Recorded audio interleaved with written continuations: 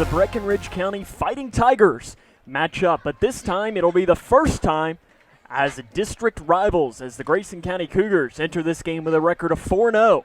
They're 4-0 for the second straight year. They've not started 5-0 since 2012, but we're starting about best starts. You look at Breckinridge County on the other side, 3-1, their best start since the year 2000. And a good evening and welcome to Tiger Stadium in Harned, Kentucky for tonight's K105 Digital Productions broadcast of Cougar football on K105. Tonight it's the Grayson County Cougars and the Breckinridge County Fighting Tigers. Sam Gormley here with you tonight as we welcome you here into the press box up here. And this is my first time making the trip here to Tiger Stadium, and I am very happy as we've got a window that is big enough for us to completely stand in and broadcast out of. So we've got a massive vantage point here, so we're really enjoying bringing you this coverage here today. The Cougars, though, starting this year with a record of 4-0 for the second straight year. They've not started 5-0 since 2012. That year, they started 7-0. Last week, the Cougars survived against Fort Campbell 22-14 by stopping the Falcons on the final play of the game. Breck County enters the game on a 3-game winning streak with a record of 3-1. This is their longest win streak and best start since 2000. That year, they finished with a record of 11-2. Last week, the Fighting Tigers defeated Caverna by a score of 48-12. And, of course, Breck County and Grayson County, as this is Breck County's second district game, but it's the Cougars' first, as the Cougars and the Tigers are matched up with Owensboro, Graves County, Ohio County, and Muhlenberg County in their district. Coming up here on the Locker Room Show today, we'll let you know about each team, talk to the offensive coordinator of the Grayson County Cougars, Brian Jones, and give you the keys to tonight's game. All that and more coming up here on the Locker Room Show on K105.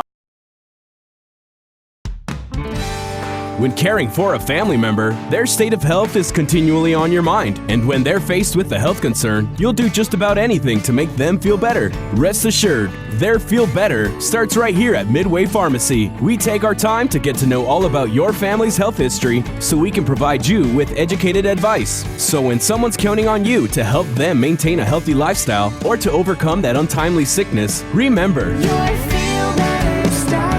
at Midway Pharmacy. In the Army National Guard, family means everything. Our parents, they were really supportive that all 5 of us would join. I got my education because of the Guard. I got to travel a little bit and experience a whole different culture. It helped me get my job, helped me pay for my house. Being part-time really helped because I could have some opportunities that were still in education. Serving part-time in the Army National Guard instills pride that you and your family will share. Visit NationalGuard.com to learn more about part-time service. Welcome back to the show. Now it's time to dig into some of this great barbecue. Cut! Tim, what are you doing in your phone? You said it's time to dig, and I'm dialing 811 because I always call before I dig. That's if you're digging into your lawn or garden. 811 helps you avoid underground utilities by marking them for free. But this is our food lovers show. Then I'll tell you what, I am digging in. Know what's below. Call 811 before you dig. Living in your ideal home, or is it still a dream? Future Designs Building Materials can help you turn your dreams into reality with atrium windows that will make the sun look brighter, roofing material that will keep your home protected year-round, and decking material for that perfect barbecue setting. Now is the perfect time to get your home improvement project off the ground. Got questions? Future Designs Building Materials can help with all your lumber and home improvement questions. Visit Future Designs Building Materials on Quarry Road in Litchfield or fdbm.net.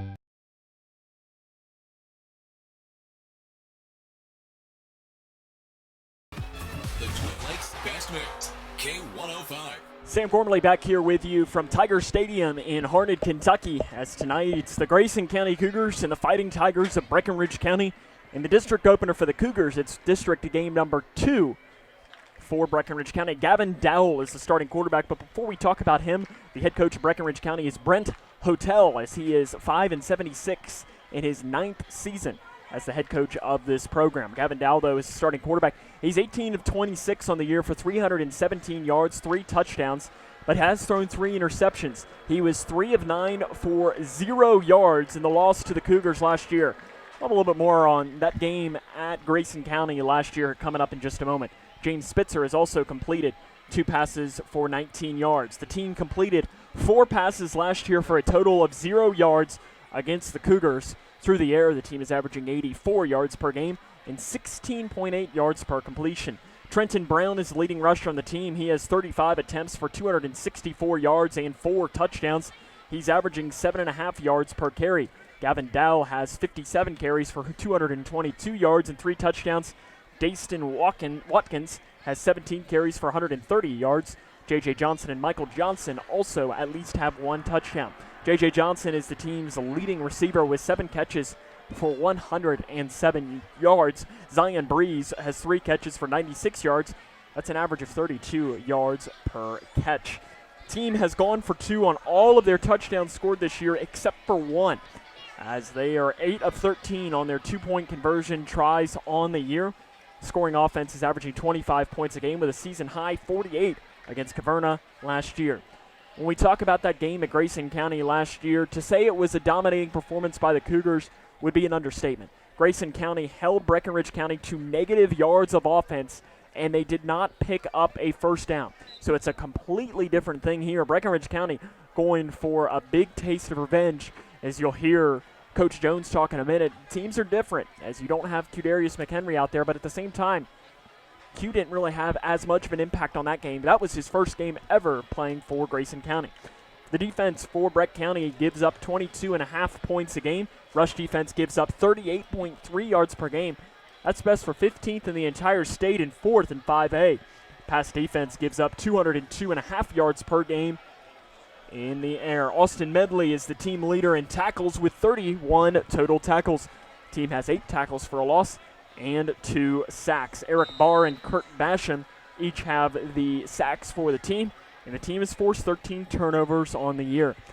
As we mentioned that they don't kick a lot, as the kicker that is listed on the roster is Sidney Tucker, but Dayston Watkins has the lone PAT on the year, and it was no good.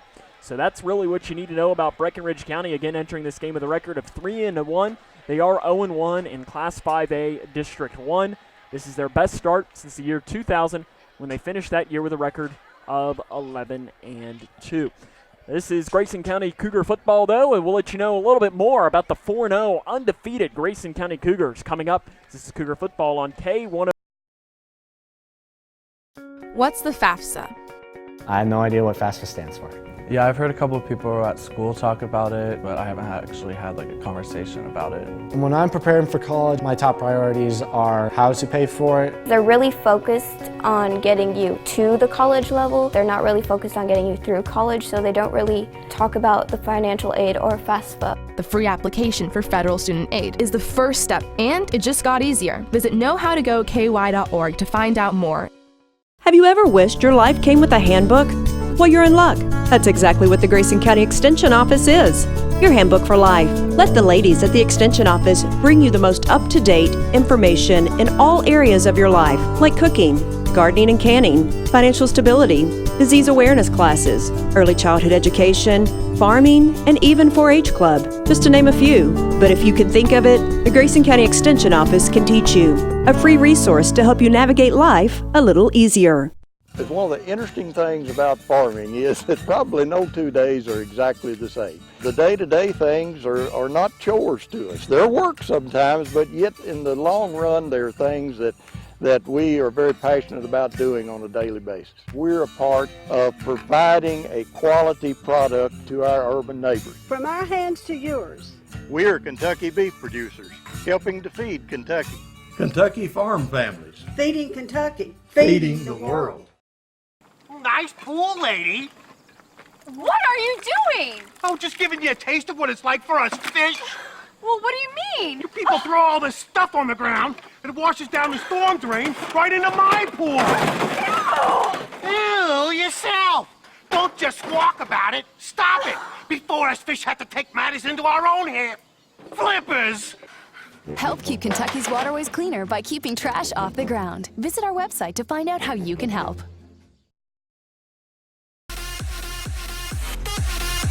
The Twin Lakes Best Mix, K105. Sam Gormley back here with you from Hartnett, Kentucky, as the Grayson County Cougars getting ready to take on the Breckinridge County Fighting Tigers. Again, the Cougars starting 4-0 for the second straight year. As we said, last year when they were 4-0, They were feeling good going into a home game, but then they looked across on the other sideline and realized that it was the Spartans of South Warren. Nothing against Breck County, but Breck County is not South Warren. So South Warren, so it's a nice little replacement here between these two teams. As of course, South Warren went on to win the state championship last year. The Cougars played them twice, and I mean that was a darn good football team when you go back and look at it. Logan Kopp, though, is the starting quarterback for the Cougars. The senior has completed 6 of 14 passes for 93 yards. Last week he was 2 of 4 for 40 yards. Hunter Gibson also has completion. It was off of a trick play in the game against Nelson County. Caden Woodcock, though, got some snaps at quarterback in the fourth quarter of that game. When we asked Coach Smart about it after the game, he said, quote, "We were running the option and he does that better. I think we were just trying to find something offensively to hang our hats on." So I was just looking, and it looked like Logan Kopp was the one throwing out there right now. We'll talk to Coach Jones, though, here in a minute and see what he might think about possibly running more of maybe some Caden Woodcock action in there as we go. Hunter Gibson is the leading rusher with 484 yards and 7 touchdowns. He had a season-low 54 last week while averaging only 2.6 yards per carry. Jacob Kerr tied Gibson with 54 rushing yards last week. That brought his season total to 153 on 26 carries, and he also has 2 touchdowns. Logan Kopp last week had a rough time on the ground, as he had 40. On the year though, he has 48 carries for 155 yards and 4 touchdowns. He did score twice last week. Ethan Stewart also gets carries. He has 83 yards on the year. Hunter Gibson leads the team.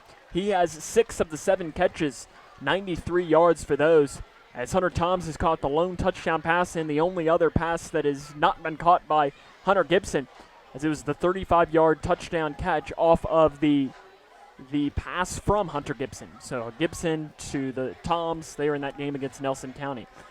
Caden Woodcock and Dylan Zabel also will line up at wide receiver at times as well. The offense struggled at times last week against Fort Campbell. They were held scoreless in the second half and only averaged 3 yards per carry. Entering the game, they were averaging 6 yards a carry.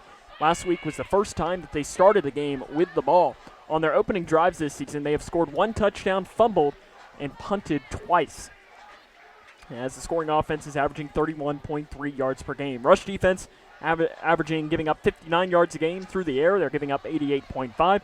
They're only allowing 9.5 points a game. Zach Bratcher and Cooper Terry both did not play this week, but from what it sounds like is that they will both play tonight. So the 2 leading tacklers, the 2 linebackers of this team, and you're kind of wondering why Fort Campbell might have had as much success offensively. Well, you can point to when your 2 best defensive players don't play. That's a good place to start and look. Dylan Zabel filled in last week, though, and you heard Coach Smart mention him on the postgame show last week, as he was very happy with how he played. So he had 8 total tackles, which brought his season total to 16. Hunter Pendergast and Ryan Mode lead the team with 5 tackles for a loss. Hunter Toms has 2 interceptions to lead the team in that category, one of which he returned for what turned out to be the clinching touchdown last week, a 46-yard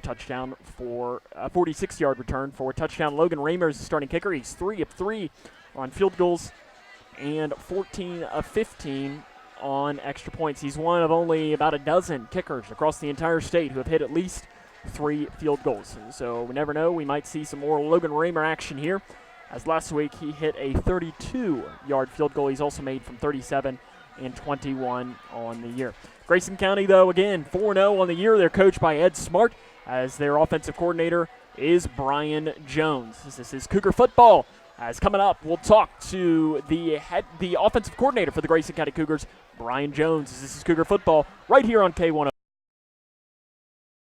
At Dan Powers GM Center in Litchfield, you'll find the area's largest selection of late model vehicles with hundreds of vehicles to choose from. And with a $500 trade assist on every qualified purchase, a broad network of lenders, low interest rates, Dan Powers GM Center in Litchfield is the best choice for your next vehicle purchase. And if you don't see what you're looking for, they will find it. Plus, the friendly professional service staff is always there to meet your needs. Dan Powers GM Center, 1517 Elizabethtown Road in Litchfield. My part-time service in the Army National Guard makes it possible for me to be more for the community I call home. I'm a better neighbor because my service has taught me how important it is to be a team player. My training helps me in my classes when I must give attention to detail to the task at hand. My service in the Army National Guard allows me to keep my community and those I care about safe from threats. Learn more about how you too can live and serve part-time close to home by visiting nationalguard.com. Have you ever wished your life came with a handbook? Well, you're in luck. That's exactly what the Grayson County Extension Office is. Your handbook for life. Let the ladies at the Extension Office bring you the most up-to-date information in all areas of your life, like cooking, gardening and canning, financial stability, disease awareness classes, early childhood education, farming, and even 4-H club, just to name a few. But if you can think of it, the Grayson County Extension Office can teach you. A free resource to help you navigate life a little easier. At the core of most any farm is a family, and I'm proud to work with my family every day. It's hard to explain if you haven't experienced it, but farming is not just a living, it is a lifestyle. You've got to love what you do. I love farming. I think a lot of people are very happy to know that neighbors, people like us, are the ones raising their food. And we want our neighbors to enjoy the same product that we serve to our family. Kentucky Farm Families. Feeding Kentucky. Feeding the world.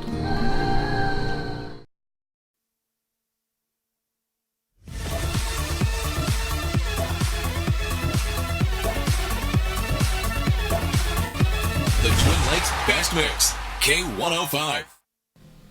Welcome back here to the Locker Room Show on K105. Sam Gormley here with you. Now joined by the Grayson County Offensive Coordinator Brian Jones. And Coach, I'll take you back to last week. You went into that game against Fort Campbell averaging over 6 yards per carry.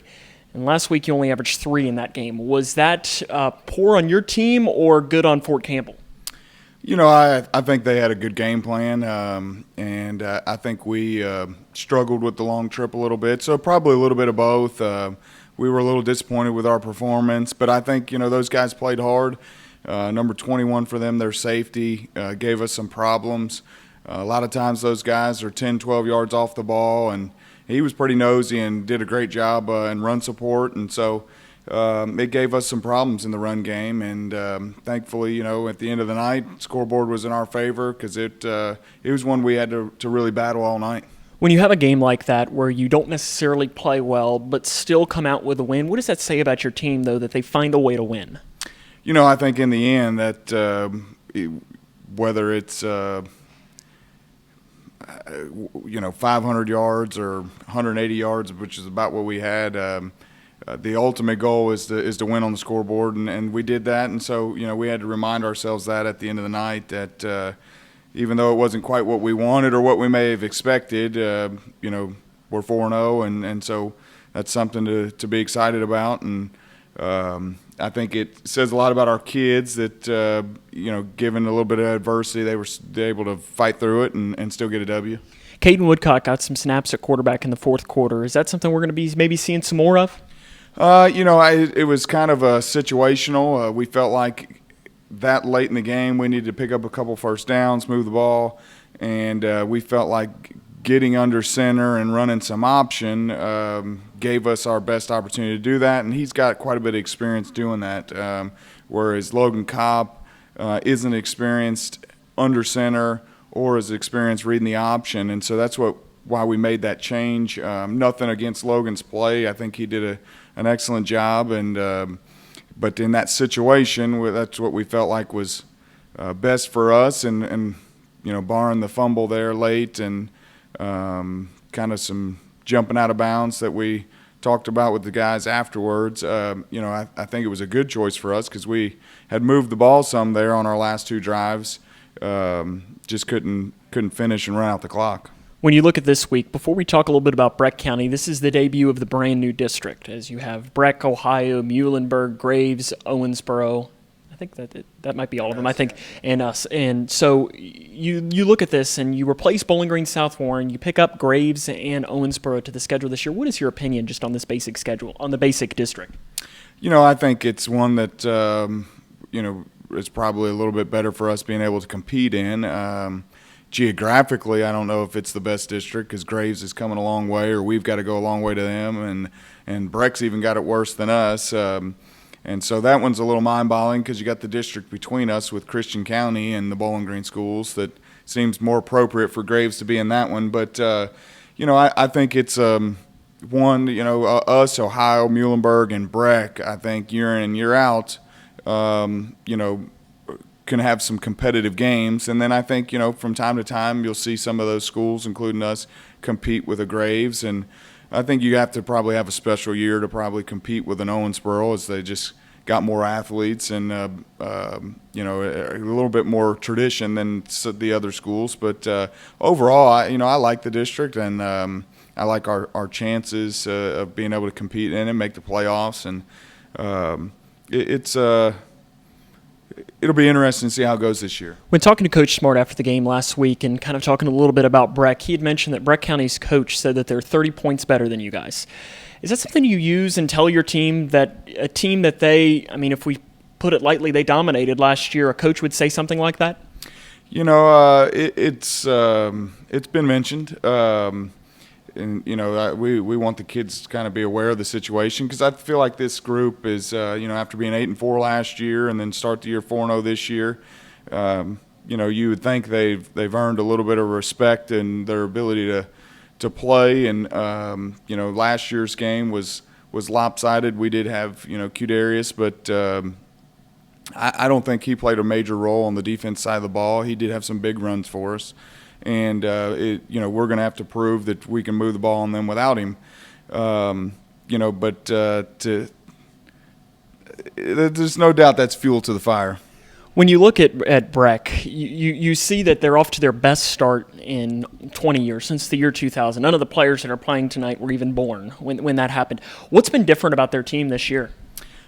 I think they were able to build some confidence early. And I think, team sports, I think if you can get that confidence going and kind of get momentum rolling your way, they opened with Owensboro, and I think they knew what was going to happen there. And then the first part of their schedule, I think they did a good job scheduling some teams that they could be competitive against, and they fought out some wins against Metcalf and Webster, and then Caverna, has traditionally been struggling here lately, and so that was a good game for them to kind of just continue to build on that momentum. I don't know that they have, played a team that I feel like is maybe as tough as we are, as physical as we are, so it'll be interesting kind of see for us. They're 3-1, so it's a good matchup for us, and for them, we're 4-0, so kind of see what each team's kind of made of tonight. When you do look at Breck, defensively, they're really good against the rush, allowing only about 34 yards per game when they're averaging over 200 through the air. You guys going to pass a little bit more tonight? Hard to tell? Yeah, it's hard to say. I try to kind of take what they're giving us, when calling plays. I'm traditionally a run-heavy guy, so we'll come out and no doubt run the ball. That's us. That's our makeup. That's what we kind of hang our hat on. But, if we're struggling and there's stuff in the run, then, we may see us pass a little bit more than we have been. We're not averaging throwing probably but 4 or 5, maybe 6 times a game at most. If we need to throw, we will. But if not, we'll line up and run right at people. Coach, good luck. Thanks, we'll have more here on the Locker Room Show coming up. When caring for a family member, their state of health is continually on your mind. And when they're faced with a health concern, you'll do just about anything to make them feel better. Rest assured, their feel better starts right here at Midway Pharmacy. We take our time to get to know all about your family's health history so we can provide you with educated advice. So when someone's counting on you to help them maintain a healthy lifestyle or to overcome that untimely sickness, remember, your feel better starts here at Midway Pharmacy. It's one of the interesting things about farming is that probably no 2 days are exactly the same. The day-to-day things are not chores to us. They're work sometimes, but yet in the long run, they're things that we are very passionate about doing on a daily basis. We're a part of providing a quality product to our urban neighbors. From our hands to yours. We're Kentucky beef producers, helping to feed Kentucky. Kentucky farm families. Feeding Kentucky. Feeding the world. When caring for a family member, their state of health is continually on your mind, and when they're faced with a health concern, you'll do just about anything to make them feel better. Rest assured, their feel better starts right here at Midway Pharmacy. We take our time to get to know all about your family's health history so we can provide you with educated advice. So when someone's counting on you to help them maintain a healthy lifestyle or to overcome that untimely sickness, remember, at Midway Pharmacy. Have you ever wished your life came with a handbook? Well, you're in luck. That's exactly what the Grayson County Extension Office is. Your handbook for life. Let the ladies at the Extension Office bring you the most up-to-date information in all areas of your life, like cooking, gardening and canning, financial stability, disease awareness classes, early childhood education, farming, and even 4-H club, just to name a few. But if you can think of it, the Grayson County Extension Office can teach you. A free resource to help you navigate life a little easier. Fast Mix, K105. Welcome back here to Harnett, Kentucky, where tonight it's Grayson County at Breck County. And the district opener for the Grayson County Cougars is they're doing the coin toss right now at midfield, as we'll be sure to bring that there to you. As Grayson County taking on Breck County, the Cougars in their home whites, while Breck County is in their Cougars are in their road whites, while Breck County is in their home maroon tops with a black pants. So we'll see if the official can do this to you, and we'll try to bring you the action here. As I'm trying to see, is he even the main official out there? He is. He's talking to both teams. The keys to tonight's game, though, for Grayson County, don't turn one bad game into two. It's always the key. I mean, they did not play well last week. I think everyone would tell you that. Coaching staff, players, never want to make it turn into back-to-back bad games as the toss is in the air. And it looks like Grayson County has won the toss, so I presume that they will defer. That's typically how they do it. So, yes, the Cougars have won the toss, and they will defer. So Grayson County will start the game on defense. The other keys to tonight's game, Grayson County must pass the ball more. They must have a positive turnover margin. They've been negative the past couple of weeks. For Breck County, force the Cougars into third and long, force turnovers, and exploit the Cougars secondary. You saw Fort Campbell do that a lot at times last year. Cougar football against Breck County is coming up. This is Cougar football right here on K105. Have you ever wished your life came with a handbook? Well, you're in luck. That's exactly what the Grayson County Extension Office is. Your handbook for life. Let the ladies at the Extension Office bring you the most up-to-date information in all areas of your life, like cooking, gardening and canning, financial stability, disease awareness classes, early childhood education, farming, and even 4-H club, just to name a few. But if you can think of it, the Grayson County Extension Office can teach you. A free resource to help you navigate life a little easier. At Dan Powers GM Center in Litchfield, you'll find the area's largest selection of late model vehicles with hundreds of vehicles to choose from. And with a $500 trade assist on every qualified purchase, a broad network of lenders, low interest rates, Dan Powers GM Center in Litchfield is the best choice for your next vehicle purchase. And if you don't see what you're looking for, they will find it. Plus, the friendly professional service staff is always there to meet your needs. Dan Powers GM Center, 1517 Elizabethtown Road in Litchfield. When caring for a family member, their state of health is continually on your mind, and when they're faced with a health concern, you'll do just about anything to make them feel better. Rest assured, their feel better starts right here at Midway Pharmacy. We take our time to get to know all about your family's health history so we can provide you with educated advice. So when someone's counting on you to help them maintain a healthy lifestyle or to overcome that untimely sickness, remember, at Midway Pharmacy. One of the interesting things about farming is that probably no 2 days are exactly the same. The day-to-day things are not chores to us. They're work sometimes, but yet in the long run, they're things that we are very passionate about doing on a daily basis. We're a part of providing a quality product to our urban neighbors. From our hands to yours. We are Kentucky beef producers, helping to feed Kentucky. Kentucky farm families. Feeding Kentucky. Feeding the world.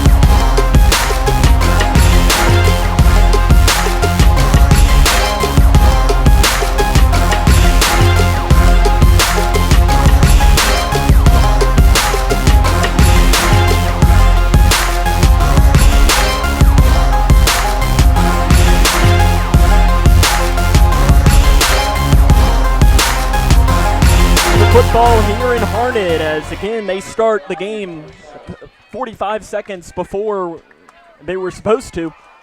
So they started this, and Breck County returns the kickoff as it was picked up at about the 34. They returned it 15 yards up to the 46. So that's where the Fighting Tigers will get their first drive of the game. Gavin Dow, the starting quarterback on the year, he's passed for 317 yards, 3 touchdowns, and 3 interceptions as he's going to hand this one across the left side, going across the 50. And barreling ahead for a good pickup is their main running back, Trenton Brown. He comes in averaging 7.5 yards per carry, 264 yards on the ground as he takes that one up to the 48 or the 47-yard line here. So here comes Breck County. Under center is Dow. He's going to hand it across the left side again to Brown. And this time he's going to be brought down for a gain of only about 1 or 2. So he'll bring it down to the 46. So that'll bring up 3rd down and 2 here for the Fighting Tigers. Grayson County again 4-0 on the year. They're trying to move to 5-0 for the first time since 2012. That year they started 7-0. For Breck County, they are having already their best start since the year 2000, and it's not even really close. So they're going to line up here in the shotgun formation. It's the quarterback, Dow. He is a running back on each side of him. And he is going to the ball's loose. Who comes down with it? And I think Dow does end up falling down with it because on the handoff it was bobbled. No, it isn't. Grayson County comes down with it. Jacob Kerr picks up the fumble, and it's a Cougar football. On the handoff, Dow fumbles it, and Jacob Kerr comes down with it, and the Cougars will have great field position here to start their first drive of this game. So Jacob Kerr was the one who came down on it. So Cougars here getting their first drive with 10 minutes and 37 seconds to play in the opening quarter. The ball is placed at their own 47. Shotgun formation for Kopp. He's dropping back to pass. He's going to throw a screen pass, and it's incomplete. It's intended for Caden Woodcock, and it falls incomplete as they tried a little trickeration. The Cougars on the year, Logan Kopp has only thrown, that was his 15th pass. And that one falls incomplete as it was intended for Caden Woodcock. So to bring up 2nd down and 10 here for the Cougars. Grayson County, again, their quarterback Logan Kopp rushing the ball is where he'll get most of his action.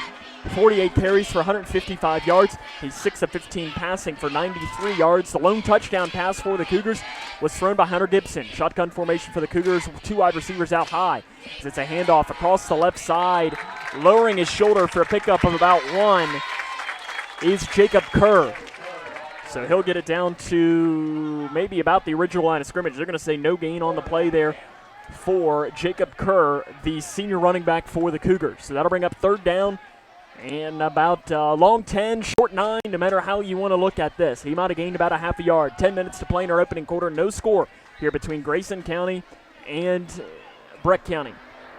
Sam Gormley, though, here with you tonight. So we appreciate you tuning in here to tonight's broadcast as you might be listening with us on K105 or watching via K105 Digital Productions. Trips out to the right as Kopp's going to carry this one himself across the 50, but that's exactly where he's going to run into a mass of Tiger defenders. So he's going to be stopped about 6 yards short of the 1st down marker. It's a pickup of 3 yards, though, on the first carry for the senior quarterback, Logan Kopp.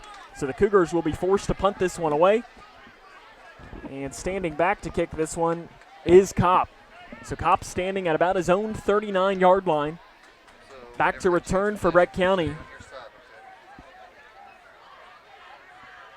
I'm not entirely sure who it is. It's a rugby-style punt. He'll punt it off to the right side. It takes a great Cougar bounce, and it will finally be picked up at about the 5-yard line. And on the far side of the field, finally being brought down probably at about the 18-yard line is the Breck County return man. So that's where the Fighting Tigers will start their second drive here of this game.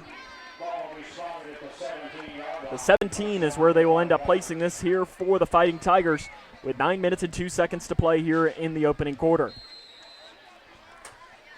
Again, Breck County entering this game with a record of 3-1, their best start since the year 2000. They're coached by Brett Hotel, 15-76 in his ninth season.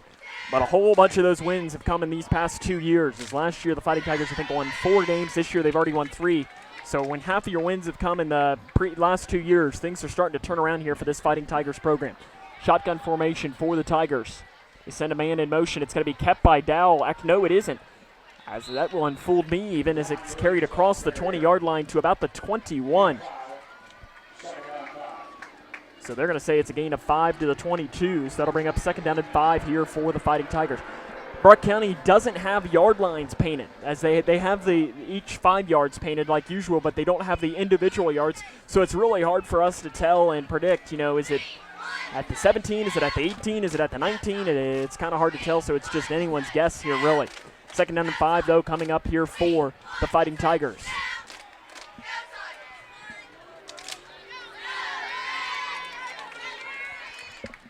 As shotgun formation, back to pass, firing over the middle. The pass is complete.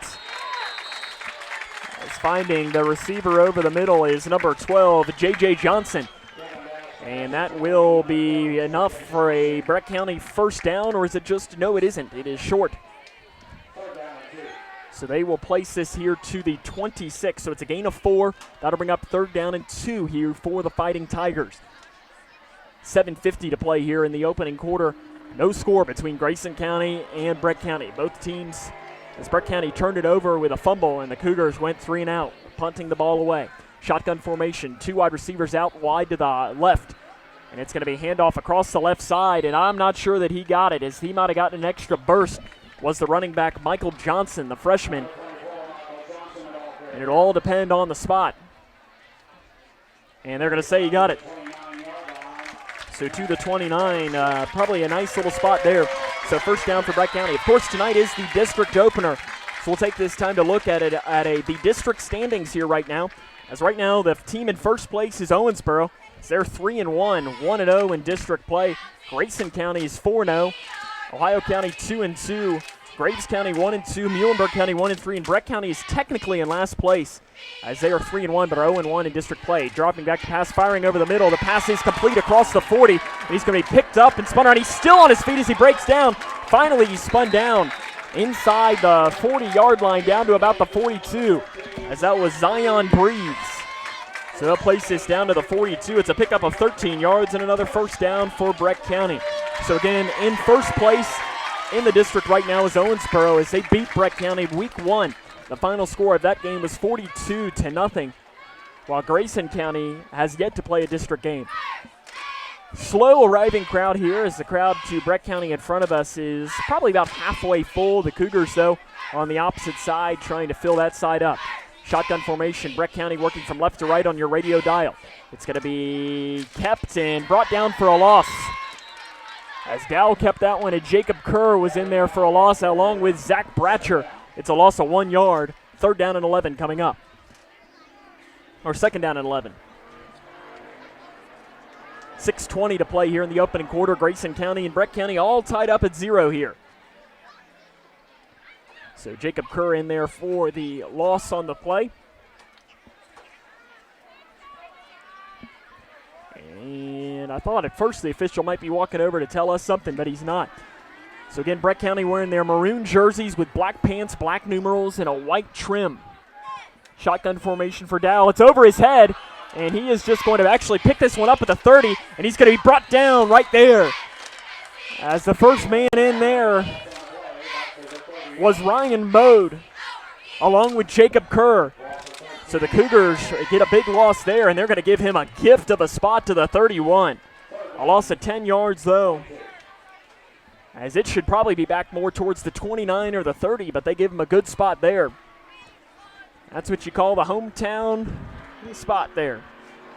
So as Grayson County got a few of those against Edmonson County, so we really have no room to complain. Fort Campbell got one last week, a little bit of a hometown spot. Shotgun formation, trips out to the far side. Third down and long coming up. Dowell, a 3-step drop. 4-man rush for the Cougars, throwing this one down the field, and it is caught across the 40-yard line. And the Cougar defender didn't even see the ball coming. Caden Woodcock was the man in coverage there as it was complete to Medvesic. So 5 minutes to play, and that's a big-time pickup across to the 38-yard line, and that is a pickup of 32 yards and a first down for Breck County. Caden Woodcock did not turn around at all, as if he turns around, he might have had a chance at picking that ball off. So here comes first down and 10 for the Fighting Tigers. Under 5 now to play here in the first quarter. Still no score. Shotgun formation for Dow. He fakes the pitch. He's going to take it himself. He makes a man miss. He's going to go across the 35 and be brought down at about the 34. As Ryan Mode was the man in the backfield there, and he made him miss. Got away as Mode would have had him for a loss of probably about 3 or 4 yards. But an extra burst of speed for the senior quarterback got him away from that. Dow gets the play call from the head coach of Breck County.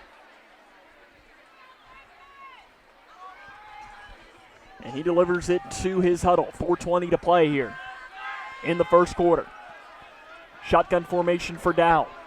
He has a running back, Johnson, to his left. He's dropping back to pass. Scans to his right. He's going to throw one. He's a man wide open, and it's incomplete. He overthrew him. As he had a man wide open, what would have been for an easy Breck County touchdown. But that'll bring up 3rd down and 6. I believe that was Medvesic.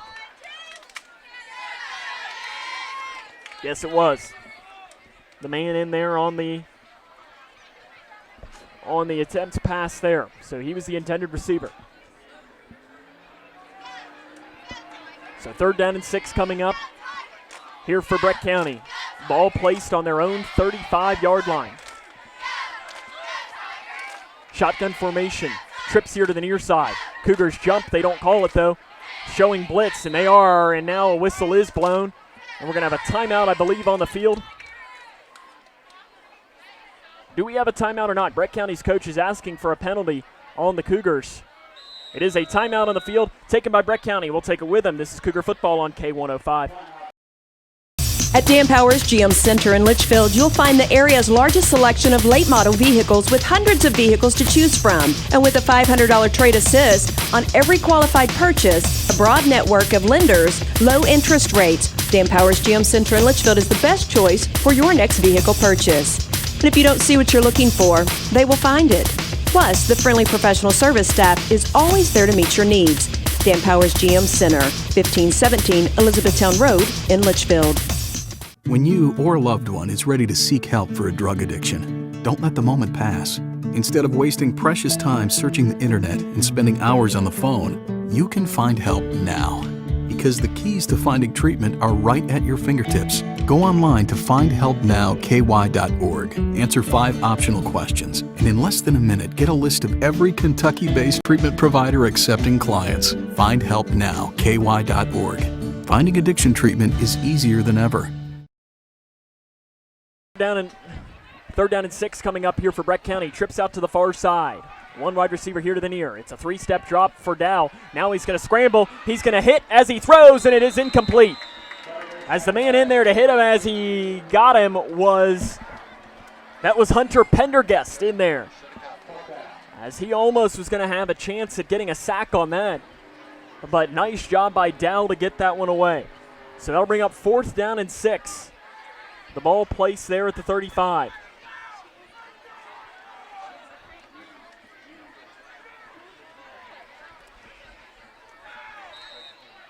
So here comes a big play here. 4th down and 6 coming up. Ball placed at the Grayson County 36.5-yard line, depending on how you are, the 35.5-yard line.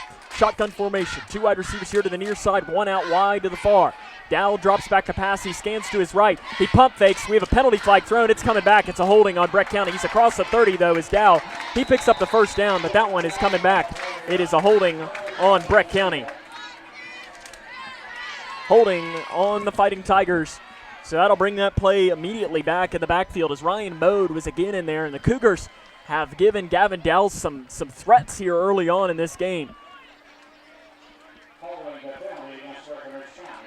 And I think this is now an obvious punting down for the Fighting Tigers. I'm not sure really what more you can do, as Breck County actually took another timeout here. So we'll take that time to see if we can't bring you some scores from around the region. As I think Edmondson County is playing. Nope, no, they did not take it. I thought they did take a timeout as they went to the sideline, and I thought that they took a timeout away from them on the scoreboard, but they did not. So that'll bring the play back to the 50-yard line. So punting this one away here is Breck County. Rugby style punt is blocked by the Cougars, and they'll fall on it at about the 39. In there was Hunter Pendergast to block that one. Hunter Pendergast comes away with a block, and the Cougars are going to get great field position here. First down and 10 with the ball placed at the Breck County 40-yard line.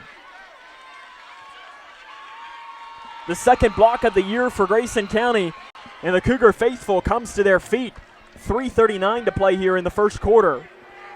Still no score in our game, but Grayson County has good field position again. Ball placed on the Breck 40. Shotgun formation for Kopp. He's going to hand this one off to Kerr, and he's brought down for a loss. He tried to get around the edge. He didn't have any luck in doing so, as the man in there on the tackle was number 77, Bryson Stafford. As Stafford, that was his fourth tackle for a loss on the year. That leads the team. Back to the 46, so it's a loss of 6 yards, second down and 16 coming up here for Breck County. 3:10 to play here in the first quarter. Sam Gormley here with you, though, between Grayson County and Breckinridge County, as this is Cougar football right here on K105. Shotgun formation. Kopp's going to look to run across the right side. He doesn't have any help. He is going to get around the corner on the far side, running out near the original line of scrimmage, probably down to about the 41 or the 42, though. That'll bring up third down and about 12.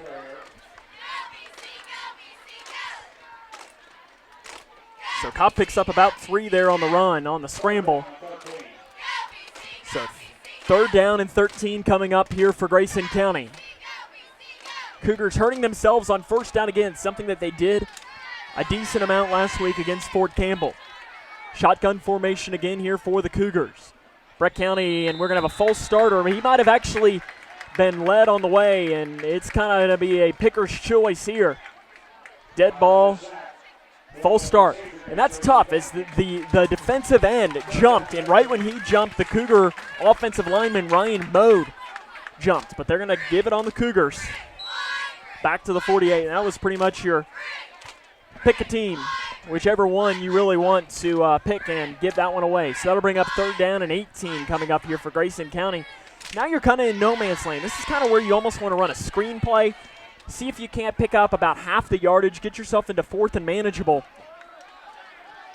So you have 2 wide receivers out on each side. Kopp in the shotgun formation. He has about a 5-step drop. He's going to step up in the pocket, rolling out to the left. He still stands. Now he's going to run across the 45. He's across the 40, across the 35, across the 30. He breaks it back towards the middle, now down to about the 25-yard line.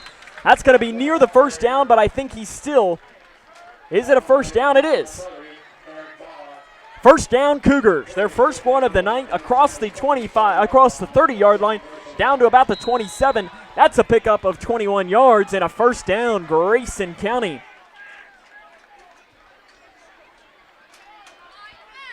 So a good start there on that third and long play. Logan Kopp making something out of nothing.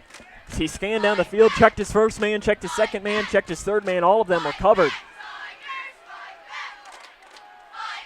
So here comes Grayson County under center, 2:15 to play here in the opening quarter. Wishbone formation, it's going to be a handoff to Kerr across the right side. He lowers the shoulder, and he's going to pick up about 1 or 2 up to the 26. Jacob Kerr tied Hunter Gibson for the team lead, and that's something. Hunter Gibson has not been on the field here today yet. I'm not sure if there's an injury or something to Hunter Gibson, as Hunter Gibson hasn't been out on the field yet here so far tonight.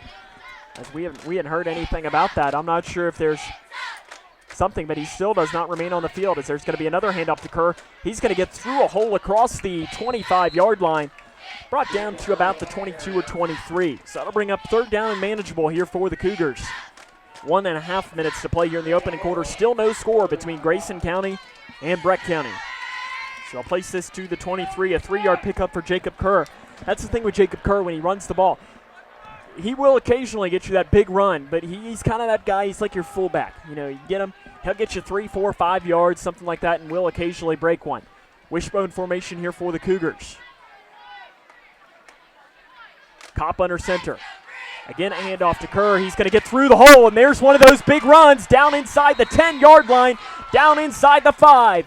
Down to the 4-yard line goes Jacob Kerr, and that'll be enough for a first down Cougars, a pickup of 18 yards And the Cougars will have it first down and goal here with 52.9 seconds to play here in our opening quarter.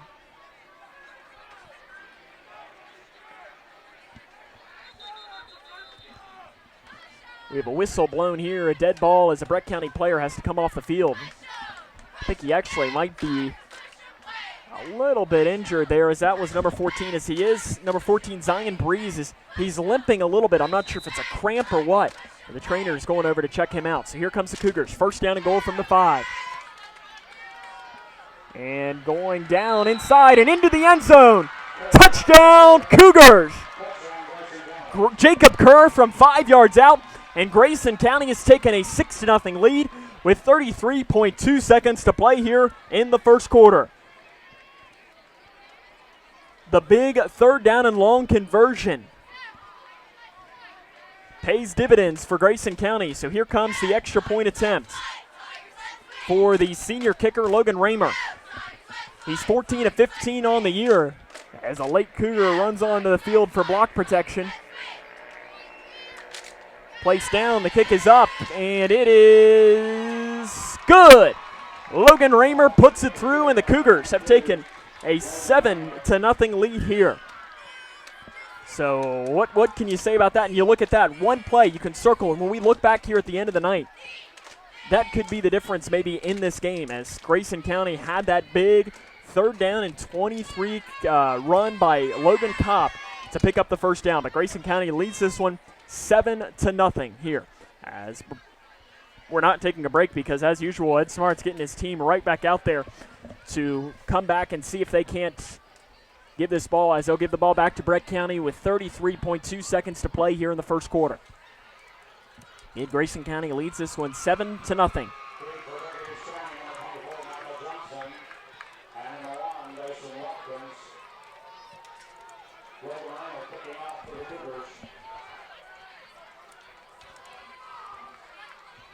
So Raymer to kick this one away.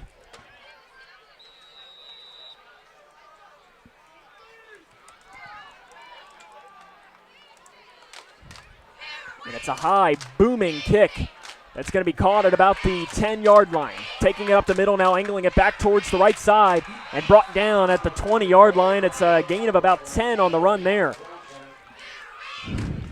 So it'll be first down and 10 for Breck County, as they'll place this here at their own 21-yard line.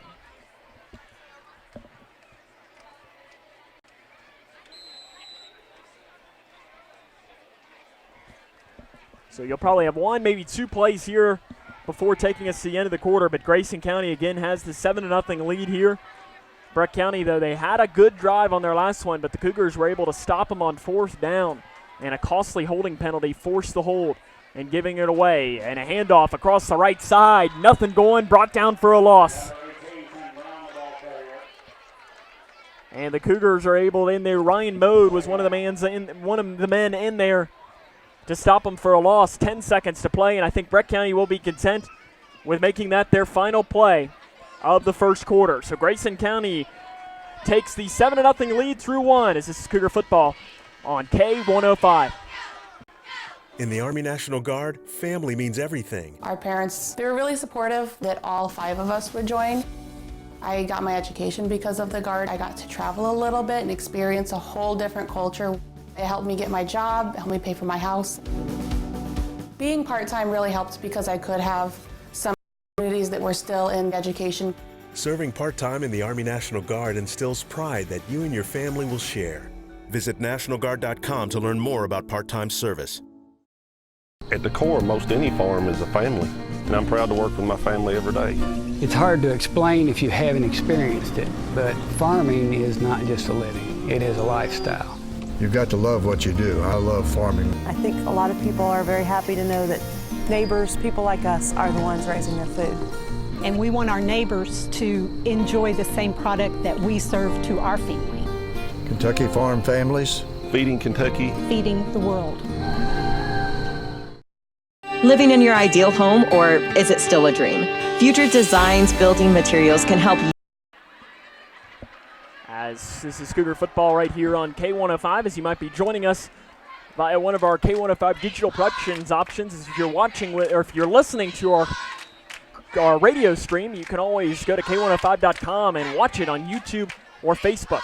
Passing this off into a screen and brought down. The ball is out. Grayson County's on top of it from the 10, 5, touchdown Cougars. Jacob Kerr picks up the fumble. He pops it out and takes it in from 10 yards out. And Grayson County has taken a 13-0 lead. And I'm not sure what Breck County's coach is complaining about. That was about as clear as a ball popping out there as you can get. And Grayson County has taken a 13-0 lead. Jacob Kerr was in there and pops that one out. And what more can you say for a start here for Grayson County to answer this? On the first play, placed down by Raymer. The kick is up, and it is good. So Grayson County leads this one 14-0, as this is Cougar football on K105. What's the FAFSA? I have no idea what FAFSA stands for. Yeah, I've heard a couple of people at school talk about it, but I haven't actually had like a conversation about it. When I'm preparing for college, my top priorities are how to pay for it. They're really focused on getting you to the college level. They're not really focused on getting you through college, so they don't really talk about the financial aid or FAFSA. The free application for federal student aid is the first step, and it just got easier. Visit knowhowtogoky.org to find out more. Living in your ideal home, or is it still a dream? Future Designs Building Materials can help you turn your dreams into reality with atrium windows that will make the sun look brighter, roofing material that will keep your home protected year-round, and decking material for that perfect barbecue setting. Now is the perfect time to get your home improvement project off the ground. Got questions? Future Designs Building Materials can help with all your lumber and home improvement questions. Visit Future Designs Building Materials on Quarry Road in Litchfield or fdbm.net. Jacob Kerr returns the fumble, 10 yards for a touchdown in Grayson County. And now an onside kick bounces into the air, and Breck County will come down on top of that. As Ed Smart was trying to press his luck a little bit after getting a couple fumble recoveries, why not try the onside kick? Your defense is playing well. Breck County, though, comes down on top of that one with the ball placed at their own 45-yard line. So if you just joined us, Grayson County started off the game a little bit rough, but Jacob Kerr has recovered 2 fumbles, and one of them he returned 10 yards for a touchdown, and he also has a 5-yard run on offense for a touchdown. So Jacob Kerr having the best game of his career here tonight so far. So again, the ball placed on the Breck County 45-yard line. Shotgun formation for the senior quarterback, Dow. He's going to drop back to pass, firing over the middle. It is complete to Medvesic inside the 40, down to about the 39-yard line. So Breck County takes advantage of some weaknesses in that Cougar secondary, and that'll be a first down for the Fighting Tigers. And if you're Breck County, you came into this game with 336 passing yards, averaging 64 per game. That's the Cougars' weakness. Take advantage of it. You've had a lot of success in doing so here today. Take advantage of that if you're the Fighting Tigers. One wide receiver out on each side. Dow's going to keep this one up the middle. He's down, diving towards the 35-yard line. So it's a pickup of about 4 yards for Gavin Dow. Metcalfe County leads Edmonson County 6-0 at the end of the first quarter. McLean County leads Butler County 13-8 at the end of the first quarter of that game. Those are some scores there from around the region, some scores that really matter. It's I guess you could say some 12th district scores. As we'll wish Edmonson County and Butler County the best of luck here for the rest of the year. Butler County and Grayson County, they haven't played in a while in football. But of course the Cougars took down the Wildcats earlier this year. Dow dropping back to pass. He looks for the screen. Now he's going to have to scramble. Rolling out to his right. Outside the numbers. He jumps and passes. Diving attempt at the catch. Did he catch that? No, he did not. They say it's incomplete. As Zion Breeze went and dove to try and attempt that catch. But Gavin Dow jumped up to throw that one. So it falls incomplete. 3rd down and 6 coming up here.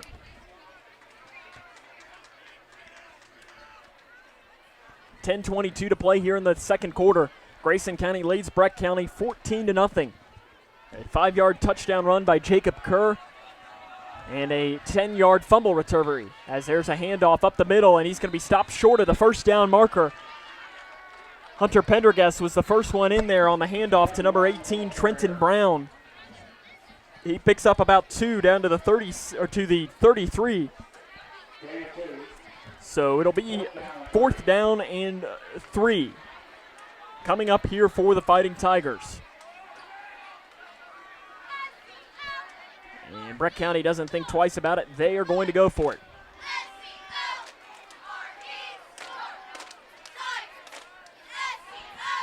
So under 10 minutes now to play. 2 wide receivers out wide to the right, 1 wide receiver here to the near side. Shotgun formation, we have a whistle blown, and it's a timeout called by Breck County. Of course, Grayson County is coached by Ed Smart, as he is in his 16th season as the coach of the Cougars. He has an 81-90 career record. He's in his 16th season overall. He's a 9-1 record against Breck County, and he's 7-8 in district opener. So tonight is a district opener. So Grayson County, that's the head coach, Ed Smart. Sam Gormley here with you as we appreciate you joining us here today, as it's really a nice night for football. It's a little warm in the press box, but we're pretty much used to it. But again, we have,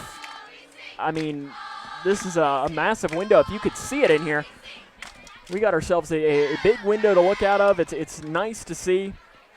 So it's always good to be here, though, at Breckinridge County. We get great hospitality, so we want to thank their athletic director. We pulled in, and he was immediately there to help us. That doesn't always happen at all locations that we go to, so we felt very welcome. So it was very nice for him to help us out and be that. So we want to thank Walt Hildebrandt for his hospitality here today. And I know that we'll be back here for Cougar basketball, I think in the month of January. Shotgun formation for Dow on 4th down and about 5. He's going to fire down the near side, and it is complete inside the 5, inside the end zone. Touchdown, Breck County. Medvesic was the one in there for the touchdown. A 33-yard touchdown completion, and Breckinridge County has gotten to within a score here, 14-6.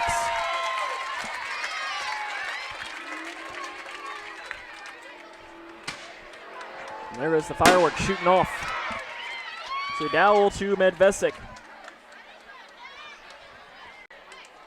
And again, the Tigers go for 2 all but once this year. And they're going to just kick it themselves up the middle. Does he get it? Still waiting for the call. He did not. So 14-6 is our score here. Grayson County leads this one still over Breck County after the 33-yard touchdown pass from Gavin Dow to Dax Medvesic. Just want to take this time, though, to remind you to follow us on Twitter all year long at K105 Sports. As we'll have updates from Grayson County games, even games that we don't necessarily broadcast. We will have updates for you there. As we like to say, we are your official home for Grayson County updates. No one does it better than us. So the 33-yard touchdown pass from Dow to Medvesic. 14-6, though, is our score, as the 2-point conversion was no good.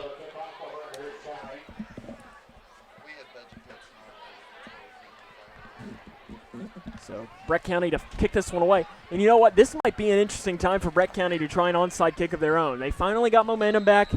See what they might be able to do. The kick is a little pooch kick that's going to be picked up at the 33-yard line, across the 35, breaking it back towards the middle, across the 45, across the 45, down towards the 50. A big return for Grayson County, as that was Michael Wood, the freshman, in there to return that kick, as they'll place this up to the 45-yard line. More than that, actually, down to the 49. So a big-time return there for the freshman for Grayson County.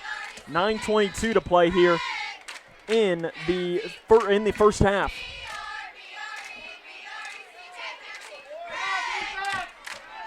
Kind of a bunch formation here in the backfield for Grayson County. One wide receiver here to the near side, as it's going to be a handoff across the right side, and he's going to get back to the line of scrimmage and immediately be pushed back.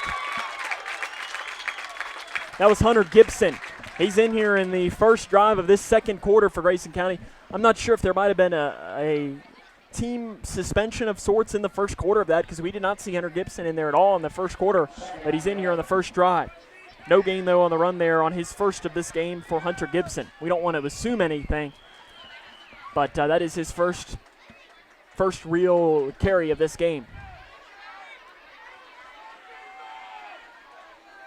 So we've got people watching from all over. We'll be sure to bring those to you here as this game goes along, as we love hearing where you might be watching from. Kopp dropping back to pass. He's rolling to the near side. He scans, and he's going to be brought down for a loss. His forward progress is going to bring him up to about the 47, but Breck County was in there to bring him down. First man there was Trenton Brown. So it'll be a loss of 1 back to the 48. And seeing where we have some of people, we have people watching from Raleigh, North Carolina, Pigeon Forge, Tennessee, Norton's Children's Hospital. And I think we saw a tugboat on the Mississippi still again, which I love hearing. You got to love it. We have people watching on the Mississippi River on their tugboat. We appreciate you tuning in. Be sure to let us know who you're watching for. If there's a specific player you're cheering for, be sure to let us know that out as well. 3rd down and 11 for Grayson County. 2 wide receivers here to the near side. Dropping back to pass. He's going to roll. He's going to have to get away from a man. He does, but he's not going to get away from the second one. No, he's still on his feet. Now will be brought down for a loss. As Bryson Stafford dove at his feet, and Kopp looked like he was going to get away, but that utter hesitation from Kopp trying to get away allowed for another Breck County player to bring him in there for a big loss. It's a loss of 9 yards back to the 39 by Logan Kopp, so the Cougars are going to be forced to punt away their first drive here of this second quarter.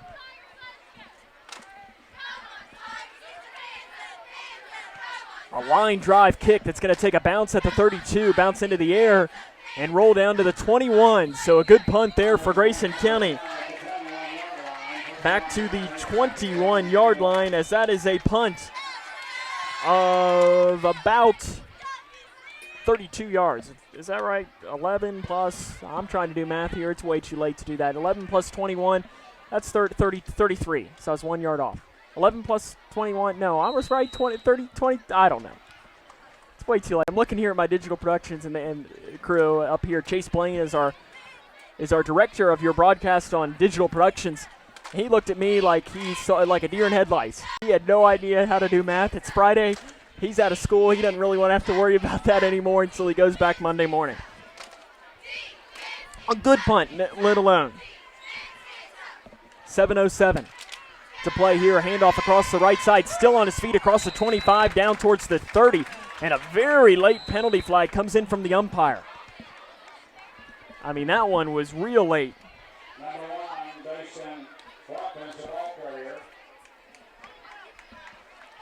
So waiting to see what this is. Personal foul, targeting on the Cougars.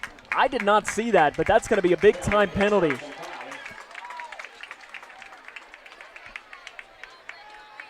And the Breck County team asking for some help from their home faithful. So he took that, as that's going to move them down here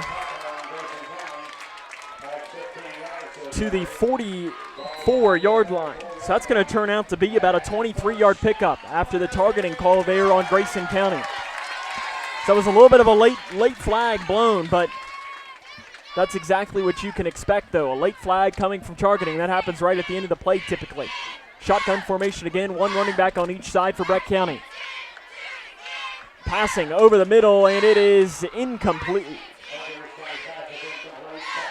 As Logan Kopp was in there, as he deflected that one, as that pass was falling incomplete. 2nd down and 10 coming up. Seeing if I can't bring you a score or two while we have a stoppage in play.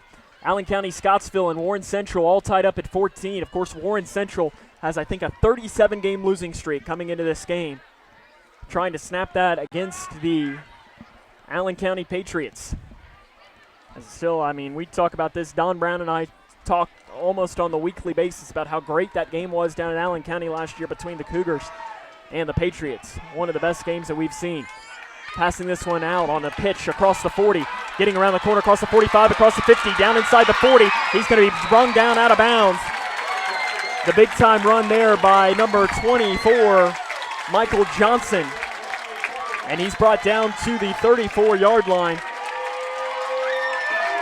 That's a big pickup there on the run, and he had to get around the corner, and once he did, he had a lot of green space in front of him.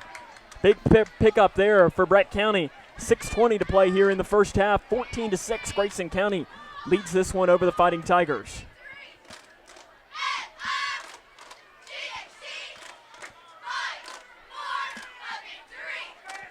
Cougars trying to stop the Tigers here. Keep this a one-possession game. Handoff up the middle. It's going to be a pickup of about 1 or 2. That was Johnson again on the carry. Michael Johnson came into this game not really averaging a lot of yards, but he's been the main running back here today. He came in 15 rushes for 86 yards.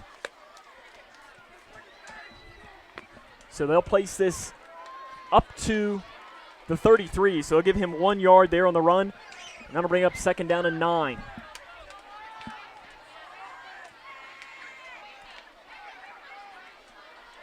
Shotgun formation, pitch out high to the outside. Breeze trying to get around the corner, and he's going to be brought down for a loss. Ryan Mode, as that was Dayston Watkins on the carry. He's brought down for a loss of 2 yards. Back to the 36-yard line, and that'll bring up 3rd down and long for Breck County. This is where Breck County, though, has been beating the Cougars with the pass tonight. Will they do it again here today? Apollo up on Meade County 14-8. That game is in the second quarter. Mayfield is all over Graves County 28-0. Handoff, drop down for a loss. The Cougars get in there immediately, as that was Hunter Pendergast again in there for another tackle for a loss, just adding to his total on the year. Back to the 42. That's a loss of 6 yards. That's going to bring up 4th down and long. And the Cougars now asking for some help from the Cougar faithful. It's a good crowd, though, for Grayson County coming. As, of course, right there in the middle of our camera, if you're watching with us on K105 Digital Productions, is the man, the myth, the legend, Mr. Spirit McGee. If you've ever met him, there is no man better than him. Dropping back to pass on 4th down and long. Dow trying to scramble away. He's finally just going to throw one. It's a hope, and it's going to be caught, but nowhere near the 1st down. As it was a heck of a catch, though, and a heck of an effort by J.J. Johnson. And he'll catch that to the 34-yard line. It's only a pickup of 8, and Grayson County will take over turnover on downs.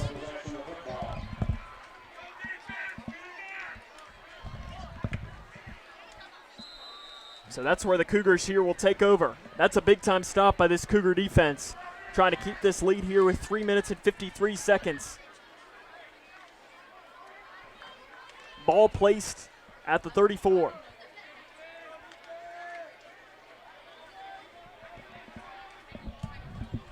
Cougars have punted on 2 of their 3 possessions. The other one was a 5-yard touchdown run. Now it's a pass over the middle across the 40, across the 45. And that was Caden Woodcock, his first catch of the year down to the 46-yard line. And that's enough for a 1st down Cougars. Pickup of 12 yards there on the run on the catch and run by Caden Woodcock. The first completion of the game there for the Cougars. And I like that. I know that you heard Coach Jones talk about it in the pregame, that he is a run-first guy, and I'm all about that. But I like passing. You keep defenses on their toes. Trips out to the wide left. Cougars working from left to right. Kopp rolls out to the left. He's going to find a hole across the 45. Now he's going to go back inside, trying to find that hole. And he's going to be brought down. In fact, he gets an extra burst across the 50, down to about the 47 here on the Breck County side. As that was on the opposite side of the field, kind of in no man's land from our vantage point. But that is going to be a good pickup there for the Cougars. It's a pickup of 7 yards on the run there by Logan Kopp. So that'll bring up 2nd down and 3.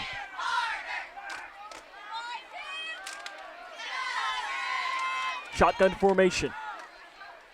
Kopp firing over the middle, and it is incomplete. That was again intended for Caden Woodcock. And that'll bring up 3rd down and 3, and I like that call there from Brian Jones. You got it on 2nd and manageable. Why not pass? Now you're in a run situation here with 3rd down and about 2 or 3.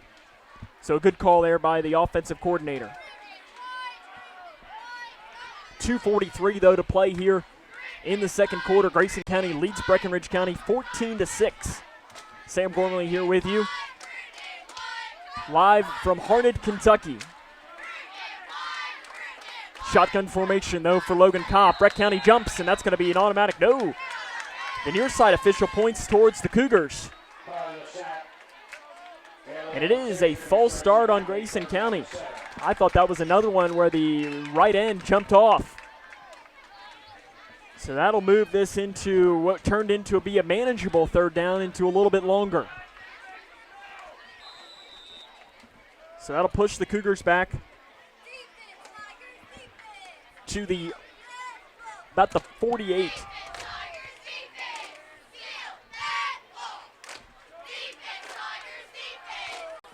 That'll be the 48 on the opposite side as well.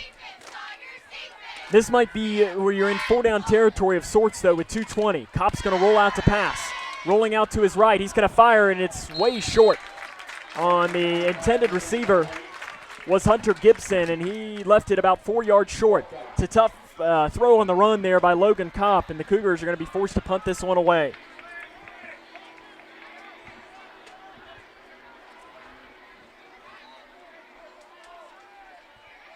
That one hurts a little bit. That penalty, just like a penalty on Breck County, hurt them on their opening drive. That penalty hurts the Cougars there on a false start. 2:15, though, to play here in the first half. The punt is high into the air, a spinning kick, and it's going to be fair caught at the 19-yard line. So that's where Breck County will start here with their first drive, or their drive here. So you might be able to hear it picking up a little bit, but the drag racing is happening tonight here on the opposite side over to our left for a vantage point. So I'm not sure how much it's picking up on our microphone, but it is happening here today.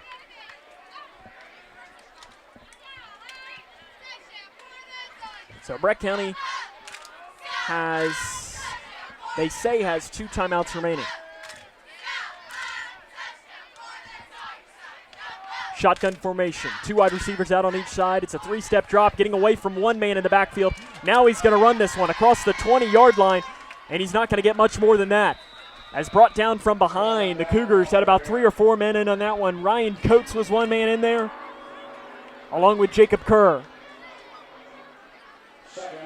And I think Dow got wrapped up a little bit weird, and good on Jacob Kerr to pick him up, and he patted him on the head. I think he said, sorry. I think he might have gotten a little bit on the helmet on that. They didn't call a penalty there, but good on Kerr to immediately check and make sure that the senior quarterback was okay for the Tigers. 1.5 minutes to play here in the first half. Grayson County still hanging on to the 14-6 lead. 3 wide receivers out to the far side. Breck County again working from right to left in their maroon jerseys with black pants. Sending a man in motion, getting it around the corner now, and diving across the 25 down to about the 27-yard line. This is where Coach Smart's got to be interesting. Does he think about taking a timeout? He's got a couple remaining. Doesn't appear that he's going to think about that here, coming up with 3rd down and manageable for Breck County. 3rd down and about 3.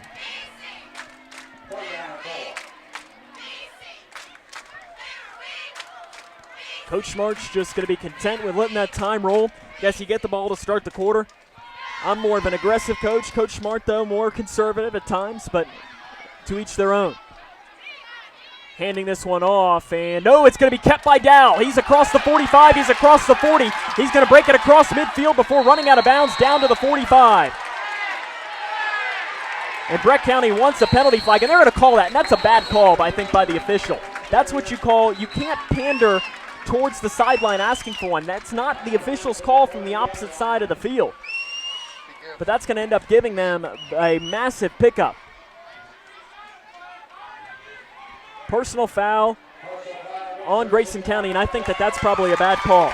The Breck County faithful disagrees with me. But Brent Hotel immediately ran down and got into the face of the official, and I think that you can't pander to a coach asking you for a call. Sometimes as an official, you have to trust what you saw. And an official on the far side, you can't make that call. But What do I know? I'm just the broadcaster.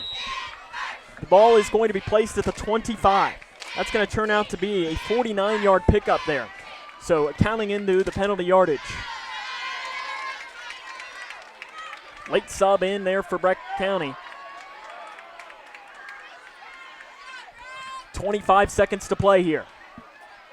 Dow is going to do some trickeration. He's going to hand this one across the left side and going out of bounds. Down at about the 19-yard line. And they're letting that clock run when it should be stopped because he stepped out of bounds. And Breck County's going to ask for some time to be put back on. It should be about 22 seconds. Maybe about 21.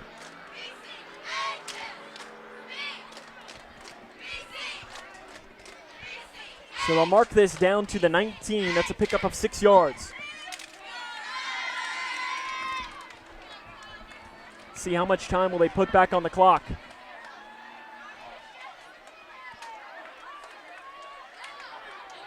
They're not going to put any time back on the clock. I guess they say you're at home, your scoreboard operator should know better. I don't know, that's tough. No, they put 24 seconds, and that's way too much time. That's about 3 seconds more time than should be put back on the clock.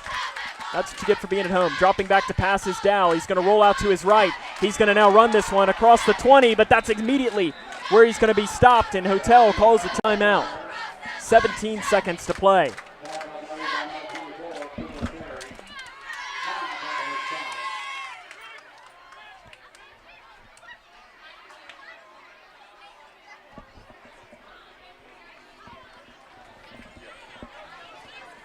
So they'll place this here to the 20-yard line, and the timeout there taken by Breck County.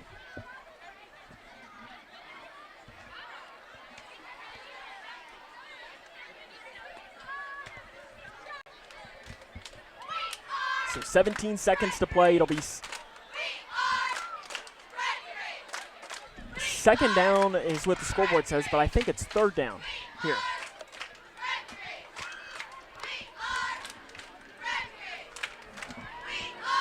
So the Tigers getting some water here. And the scoreboard says that they have 3 timeouts remaining. But they've taken at least 2, so I think they have 1 remaining. But the scoreboard's never the official total there. Shotgun formation, 2 wide receivers out wide to the right. Dow in the shotgun formation. He drops back to pass. He's going to fire one to the end zone, and it is incomplete. And again, Breck County's coaches are pandering for a flag. This time, though, the officials will not have it. So that'll bring up third down now and long. And this time, a timeout will be taken by Grayson County. We'll take it with them. This is Cougar football on K105. But one of the interesting things about farming is that probably no 2 days are exactly the same. The day-to-day things are not chores to us. They're work sometimes, but yet in the long run, they're things that we are very passionate about doing on a daily basis. We're a part of providing a quality product to our urban neighbors. From our hands to yours. We're Kentucky beef producers, helping to feed Kentucky.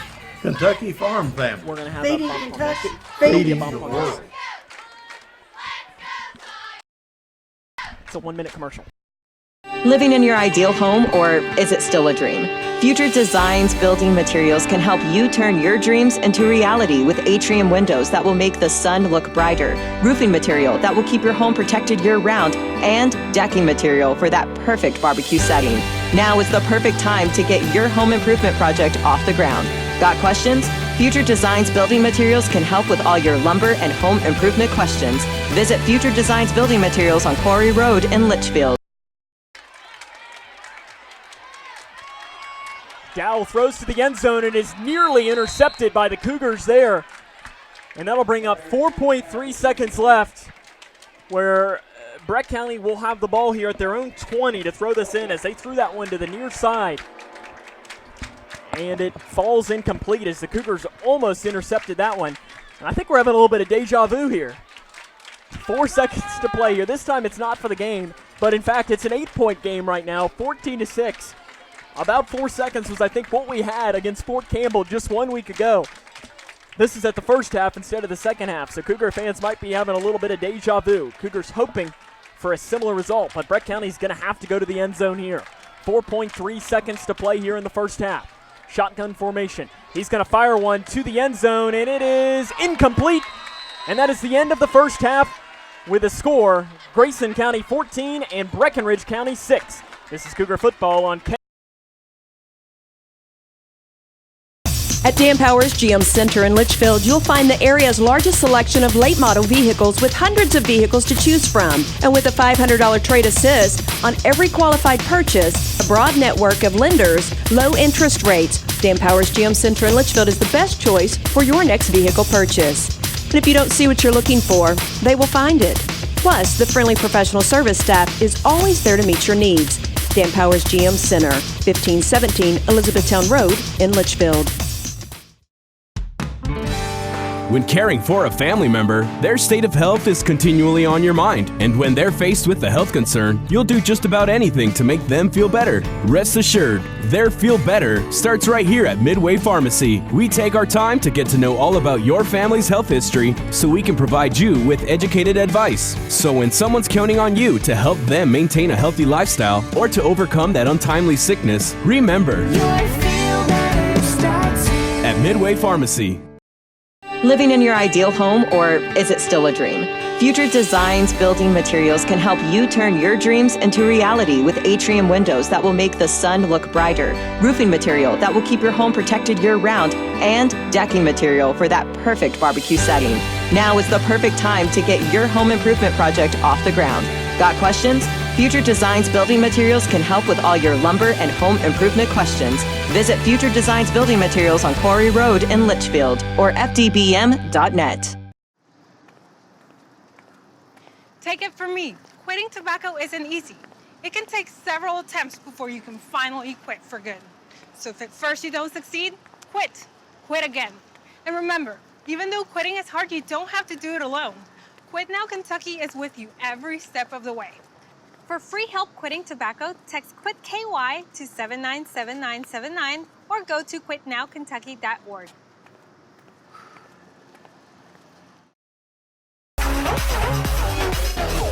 The Twin Lakes Bass Mix, K105. Sam Gormley back here with you as it is the halftime show, and in fact, they're doing a little bit of an extended halftime. We weren't aware of this, but they have 18 minutes on the clock, so we've got a lot to bring you here. There's a lot of time to fill, but like we said, it's nothing like what we had to do for Whitesville Trinity basketball last year, where we had to fill about a 45-minute show in between the games. As I always say that I always joke with our illustrious sports writer Don Brown that there might get a point where my voice might go out and I might throw the headset on him, and it might be like Drew Bledsoe passing off to Tom Brady.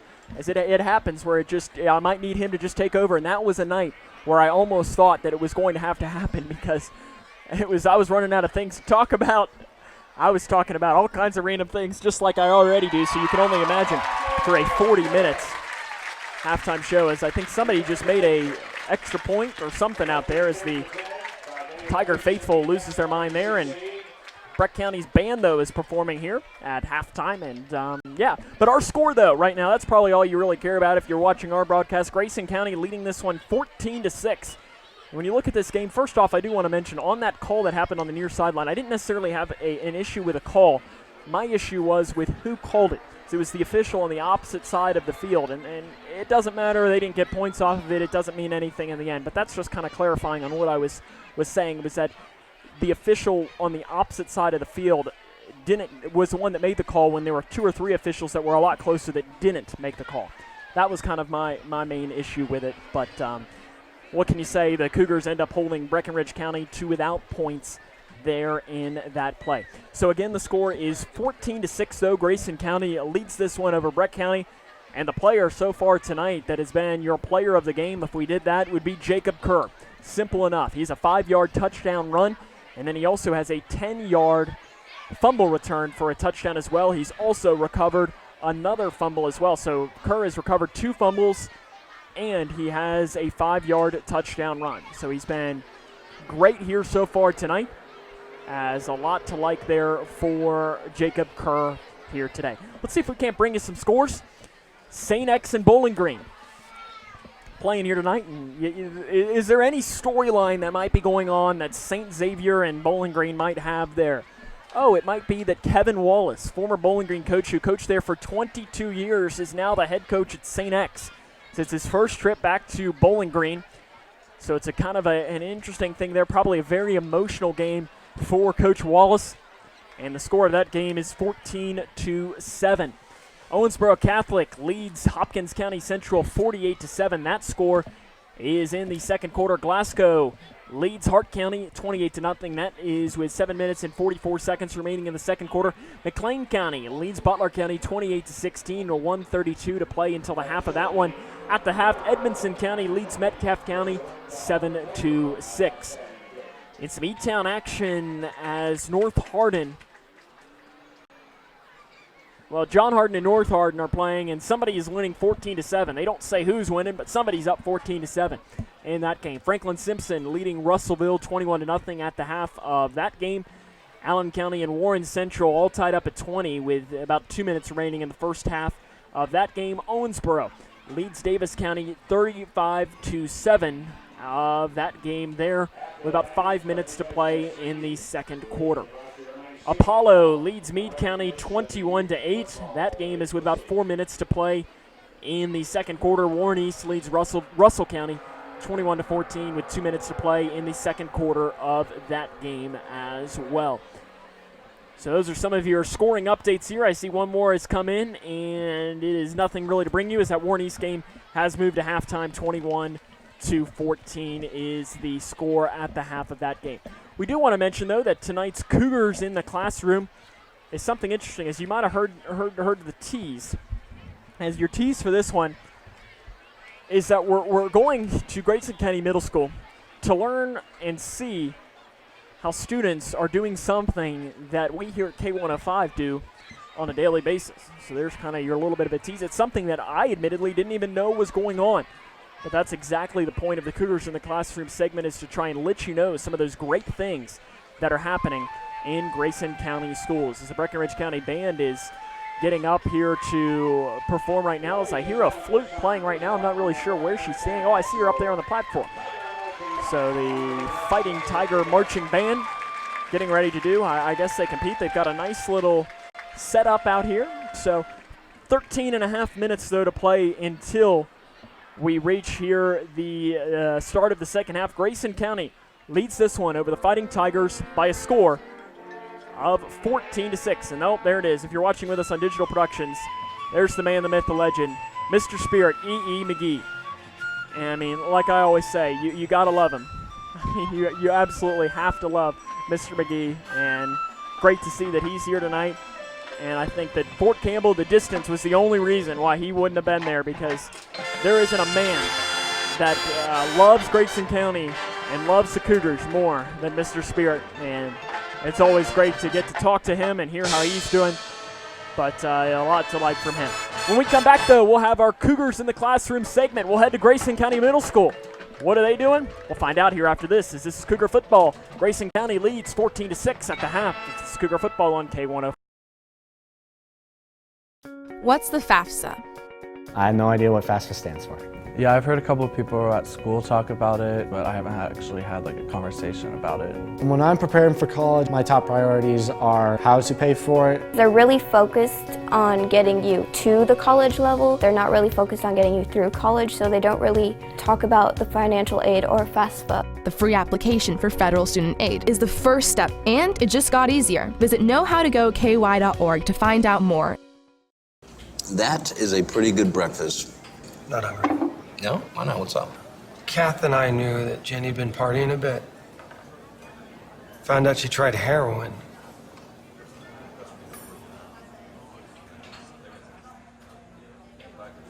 If you need to talk to someone about substance use disorder, call 8338-KY-HELP for a Kentucky licensed treatment provider near you. A message from the Kentucky Office of Drug Control Policy. Take it from me, quitting tobacco isn't easy. It can take several attempts before you can finally quit for good. So if at first you don't succeed, quit. Quit again. And remember, even though quitting is hard, you don't have to do it alone. Quit Now Kentucky is with you every step of the way. For free help quitting tobacco, text QUIT KY to 797979 or go to quitnowkentucky.org. Living in your ideal home, or is it still a dream? Future Designs Building Materials can help you turn your dreams into reality with atrium windows that will make the sun look brighter, roofing material that will keep your home protected year-round, and decking material for that perfect barbecue setting.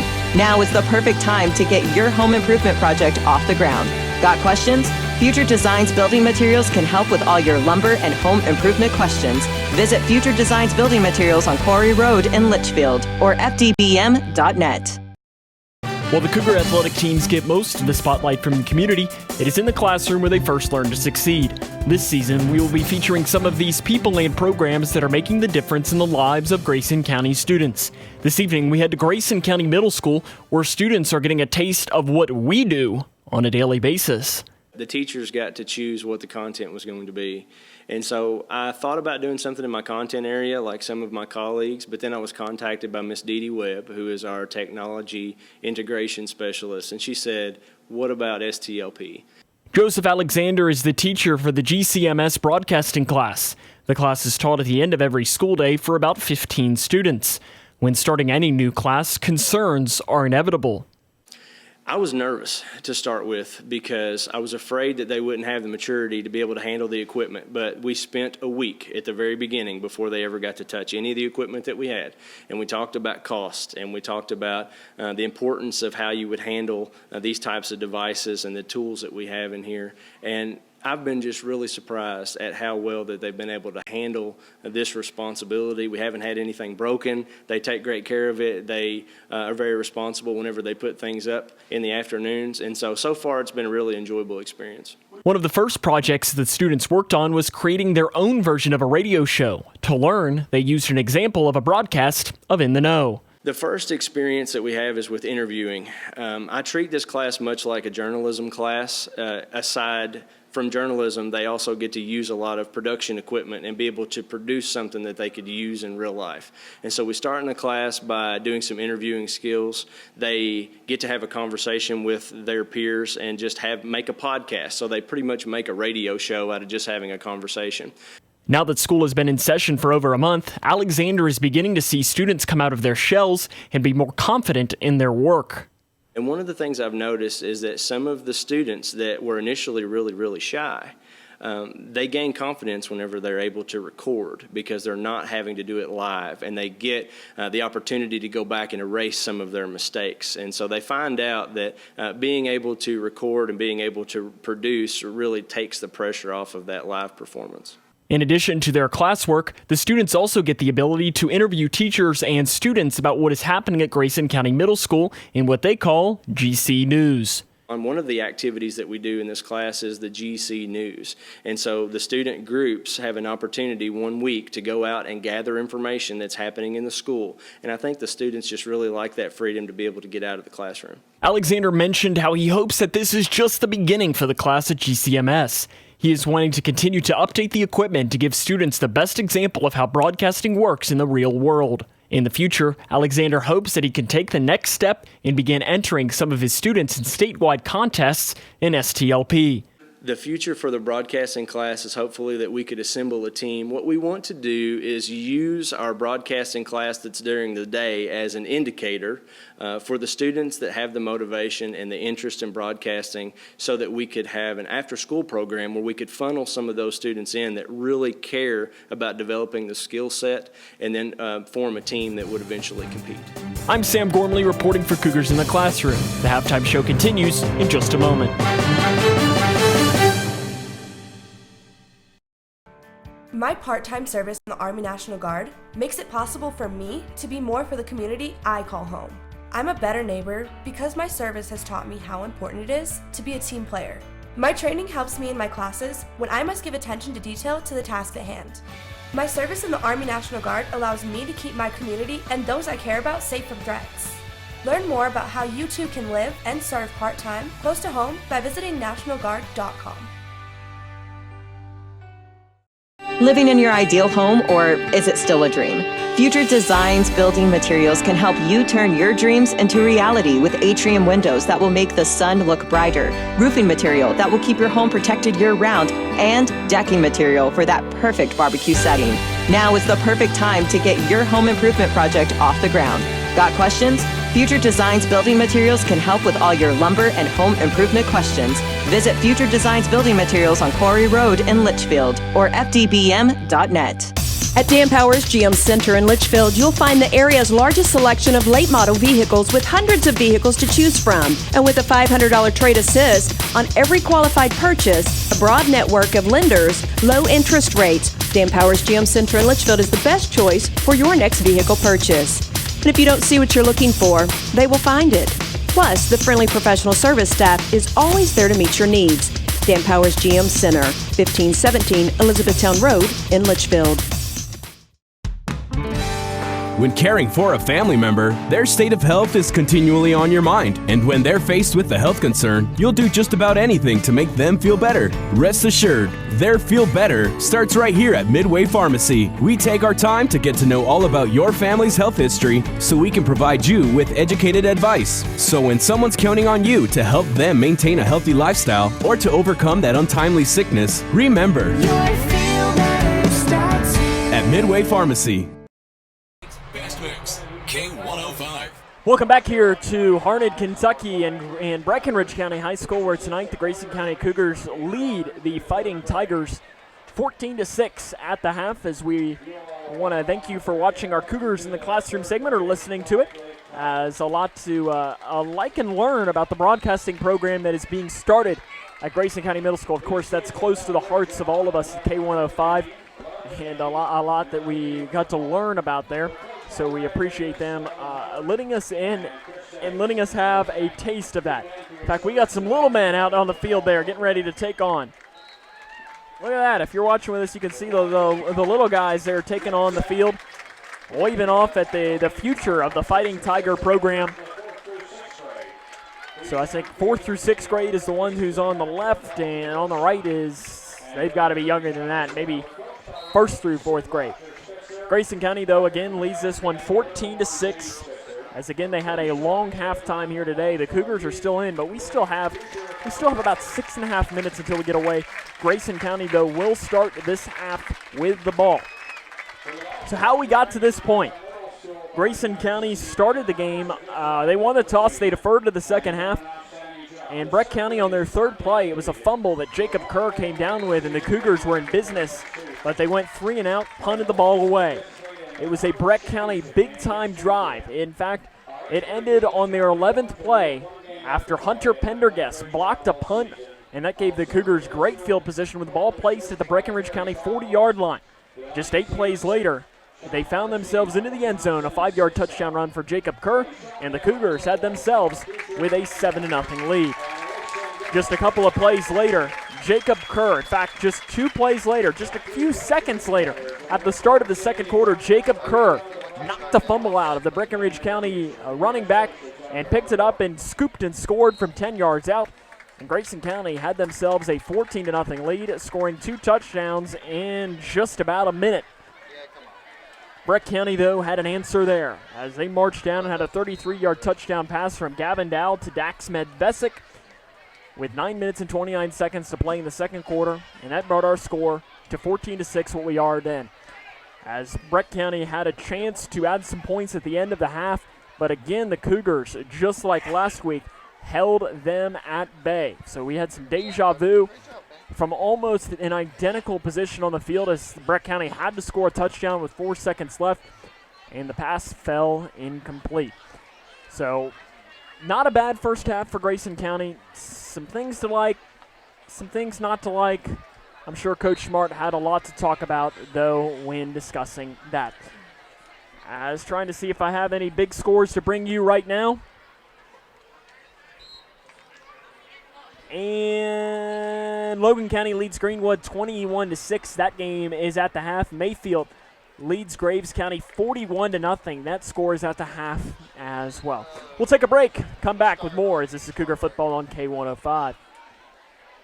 Have you ever wished your life came with a handbook? Well, you're in luck. That's exactly what the Grayson County Extension Office is. Your handbook for life. Let the ladies at the Extension Office bring you the most up-to-date information in all areas of your life, like cooking, gardening and canning, financial stability, disease awareness classes, early childhood education, farming, and even 4-H club, just to name a few. But if you can think of it, the Grayson County Extension Office can teach you. A free resource to help you navigate life a little easier. But one of the interesting things about farming is that probably no 2 days are exactly the same. The day-to-day things are not chores to us. They're work sometimes, but yet in the long run, they're things that we are very passionate about doing on a daily basis. We're a part of providing a quality product to our urban neighbors. From our hands to yours. We are Kentucky beef producers, helping to feed Kentucky. Kentucky farm families. Feeding Kentucky. Feeding the world. Nice pool, lady. What are you doing? Oh, just giving you a taste of what it's like for us fish. Well, what do you mean? You people throw all this stuff on the ground, and it washes down the storm drain right into my pool. Ew, yourself. Don't just squawk about it. Stop it before us fish have to take matters into our own hands. Flippers! Help keep Kentucky's waterways cleaner by keeping trash off the ground. Visit our website to find out how you can help. When you or a loved one is ready to seek help for a drug addiction, don't let the moment pass.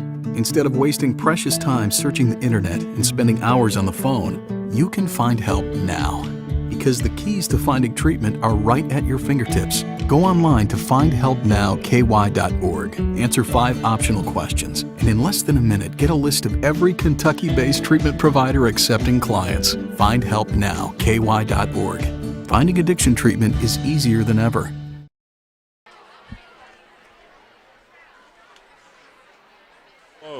We are U of L. The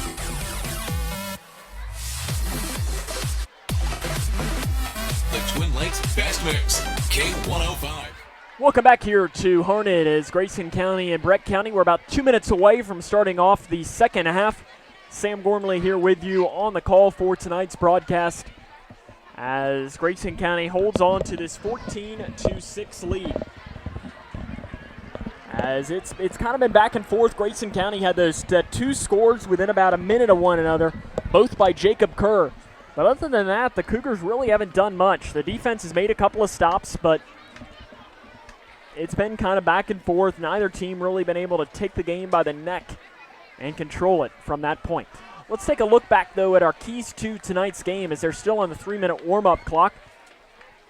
As one thing, we did have the officials up here in the press box with us, which they don't usually come to the press box at a halftime, but the press box, I think, almost acts as a second locker room, so I think their locker room is technically up here.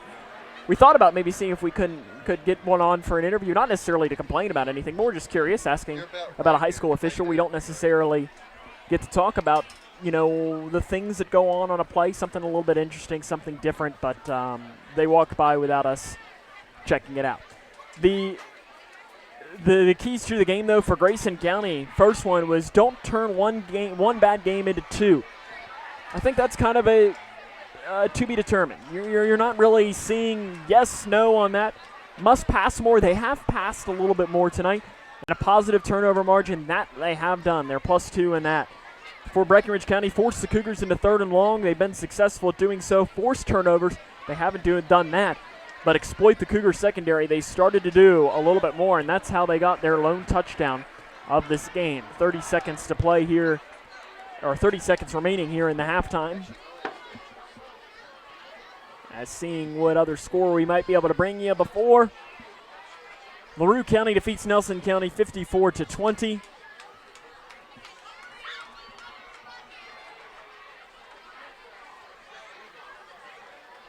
And that really is all that we have to bring you. 7 seconds remaining on the warm-up clock. Again, the Cougars will get the ball here to start this half. So Breck County to kick this one away from right to left.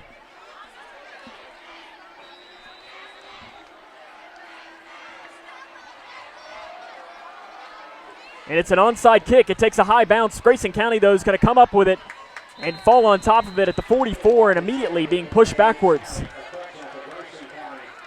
Logan Kopp was the man who fell down on top of that. And they will place this down here to the 42-yard line. So that's where the Cougars will get their first drive here of this second half of play, trying to add to their 14-6 lead.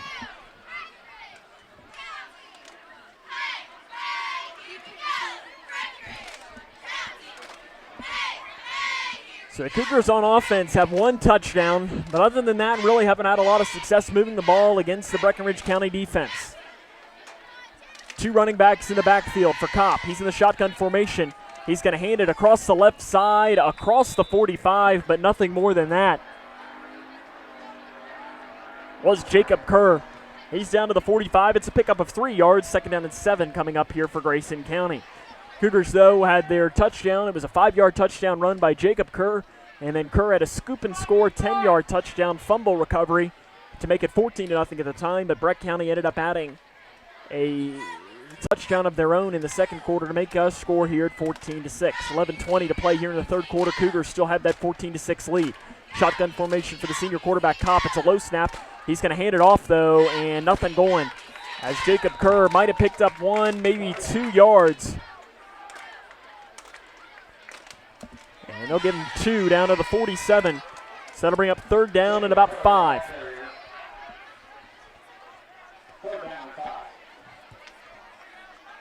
As we'll take a peek out here as the Breck County faithful, not necessarily the bleachers are filled up, but people are angled around the sides and stuff like that. The Cougars have many fans as well. Not a big crowd, not a small crowd, probably pretty much your average crowd. Shotgun formation for Kopp. He's going to run the option. He's going to try and get around the corner, but he falls down in the backfield, and it's going to be no gain on the run, and that will bring up a punting situation here for the Cougars. So the Cougars will be forced to punt here on their first drive of this third quarter. St. X leads Bowling Green in the fourth quarter, 21-14. As Bowling Green just added a touchdown. Here comes the punt. It's a booming punt, and it's going to be fair caught at about the 23. So that's where Breck County will get their first drive here to start this half of play with 10:03 to play here in the third quarter.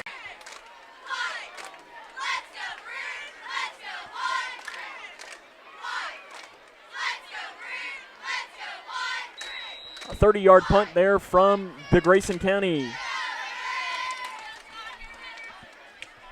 So a sub coming off, a late sub. Gavin Dowell comes in here, getting the play call from his head coach, Brent Hotel.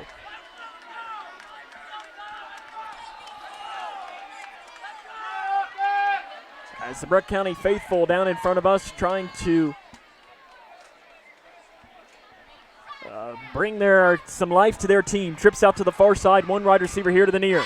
Faking the handoff is Dow. He's scrambling off to the right side, and he's going to be brought down in the backfield for a sack. As Ryan Mode was one man in there along with Jacob Kerr.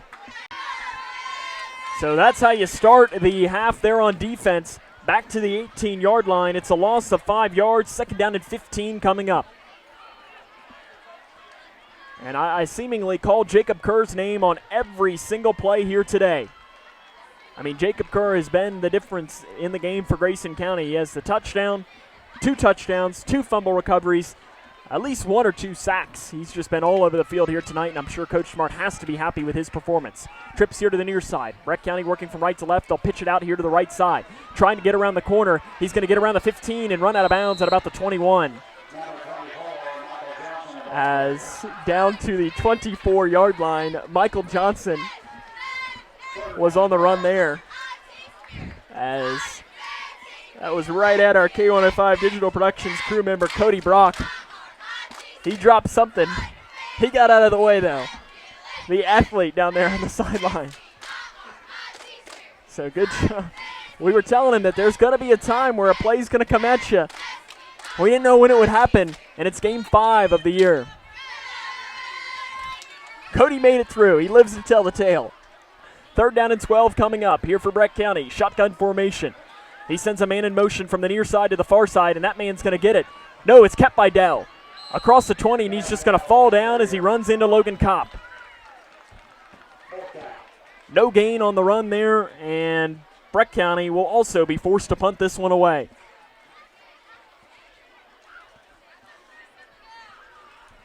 Standing back to punt this one is Christopher Ditto. And back to return this here for Grayson County.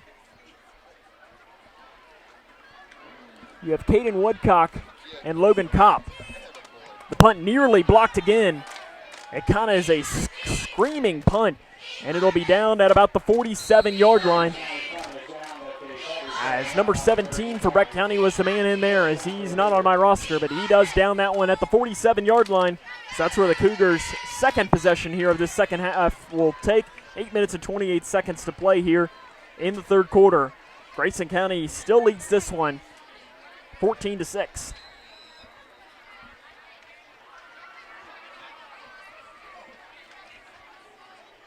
Louisville Male has defeated Louisville Trinity 20-17 in double overtime. E-Town has defeated Thomas Nelson 54-0. That's a final, but that Male Trinity game was one that people were looking forward to. Kopp's going to hand this one across to Kerr. He's across the 50, across the 45, across the 40, across the 30, down inside the 20. He's going to be brought down near the 10. Big run by Jacob Kerr. Jacob Kerr breaks another big run. He's been the man all day today, down to the 10-yard line. That's a pickup of 33 yards and a first down. Grayson County, first down and goal. And if you want a game ball, you want something to give to that man, they should carry him off the field today. He's been the man here today. I'd give him the ball again. Shotgun formation. One running back on each side. Sending a man in motion over to the right side. It's going to be a handoff to the left side and immediately being pushed back. No gain on the run. And that was Kerr again. That's what they get for listening to me. So second down and goal coming here from the 10. 7.5 to play here in the third quarter, 14-6. Grayson County leads this one, trying to add some more points.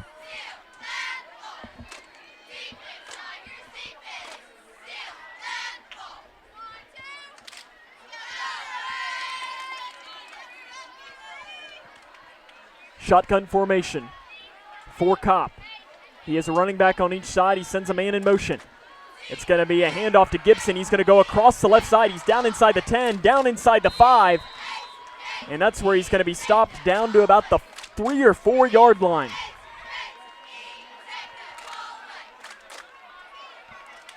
So they'll place this down to the 3.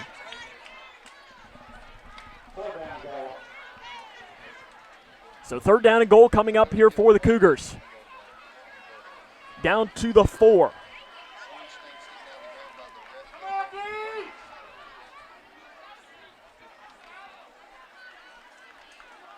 So what can Grayson County do here? Will they add more points, or will Breck County get a big stop on a goal line stand?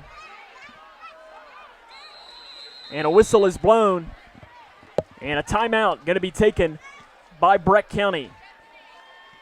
We'll take it with them as this is Cougar football on K105. Have you ever wished your life came with a handbook? Well, you're in luck. That's exactly what the Grayson County Extension Office is. Your handbook for life. Let the ladies at the Extension Office bring you the most up-to-date information in all areas of your life, like cooking, gardening and canning, financial stability, disease awareness classes, early childhood education, farming, and even 4-H club, just to name a few. But if you can think of it, the Grayson County Extension Office can teach you. A free resource to help you navigate life a little easier.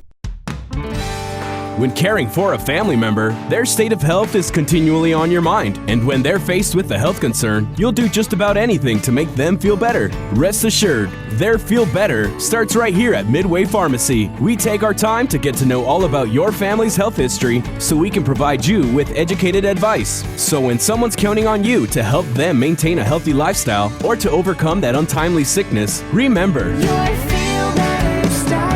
at Midway Pharmacy. Sam Gormley back here with you. Third down and goal coming up here for the Cougars from about the 3. Kopp under center. He's going to hand it off to Gibson. He's going to go across the left side. He's into the end zone. Touchdown, Cougars! Hunter Gibson from 4 yards out, and Grayson County has taken a 20-6 lead. So Gibson picks up the touchdown. That is his 8th touchdown of the year and his 9th total. And Grayson County has jumped this one out here to a 2-score lead. 6:16 to play. Raymer in for the extra point. Placed down. The kick is up. It's long enough. And he put it through. So Grayson County leads this one 21-6. As this is Cougar football right here on K105. As we'll keep it here, though, as Sam Gormley here with you, as I was tricking myself out there. I just remembered that I just took a break. But Grayson County again leads this one now 21-6. We do want to take this time, though, to remind you to follow us on Twitter all season long at K105 Sports. We'll have updates from games that we broadcast and games that we don't. And links to watch, links to listen, and things along that line. So be sure, again, at K105 Sports. You can always watch our games, too, as well, on K105's Facebook page, on the K105 YouTube page, and there's all kinds of different ways for you to watch, or also the K105 Sports Twitter. There is a link to watch there as well.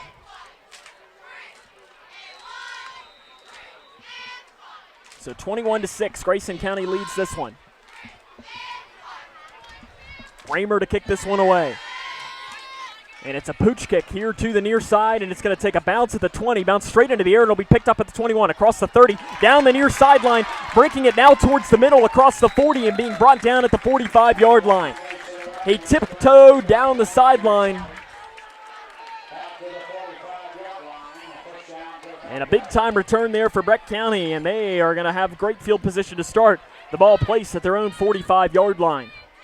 6:09 to play here in the third quarter.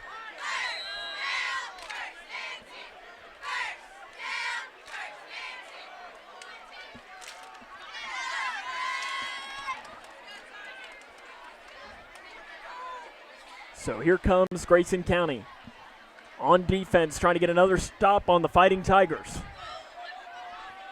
Looking to improve as some confusion on the Breck County line. They get it sorted out.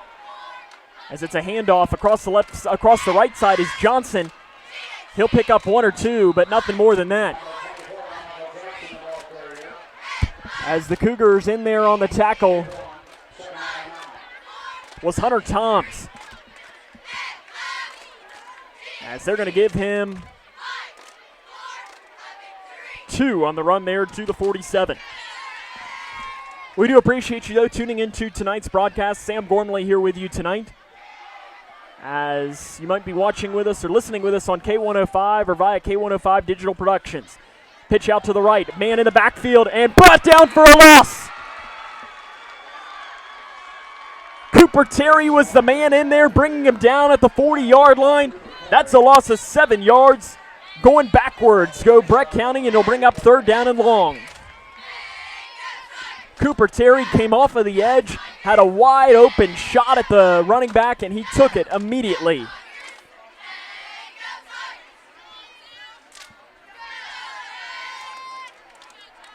So 3rd down and 15 is what they'll call it. Under 5 now to play in the third quarter. Grayson County leads this one 21-6. Shotgun formation. The running back moves from the right to the left of Dow. It's a 3-step drop. It's going to be a screen pass complete at the 40, breaking one tackle at the 39, but being brought down at about the 42-yard line is the receiver there for Breck County. As that was complete to Eric Barr. And he will be brought down after a pickup of about 2. 4th down and about 13 coming up here for the Tigers. And they'll be forced to punt this one away again. High snap. It's corralled, and it's not a bad punt, but again, kind of a lazy spin, and it's going to take a massive Breckin County bounce as it was bounced at about the 35, and it's going to be down at about the 24. So that's where the Cougars are going to get their 3rd possession here of this third quarter, with 4 minutes and 2 seconds to play here in that quarter.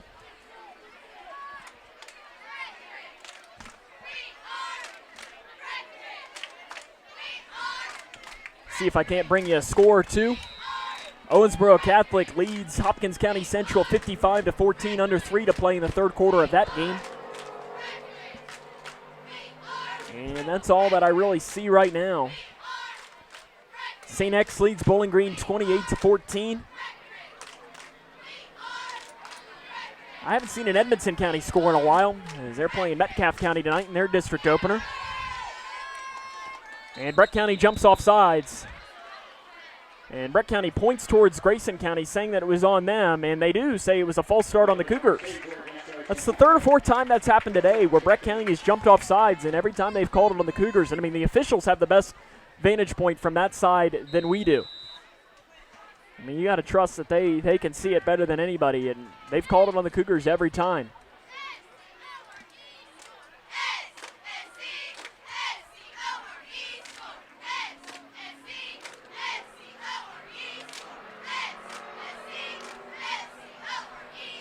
So, first down and 15 coming up. Cougars shooting themselves in the foot here on their first drive. Handoff across the left side, across the 25 is Jacob Kerr. And he's going to be brought down there. So that'll bring up second down and 9 coming up.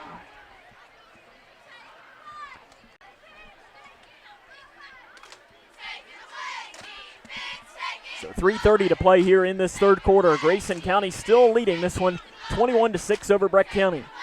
Cougars trying to open up in district play 1-0 and have their best start since 2012. Trips out to the far side, one wide receiver here to the near side. Kopp dropping back to pass. He's going to fire, and it is complete at the 25. Trying to make a man miss down to the 30-yard line is the receiver there for Grayson County, and that was Caden Woodcock, his second catch of the game. Down to the 30, it's a pickup of 5 yards on the completion, and that'll bring up third down and about 5.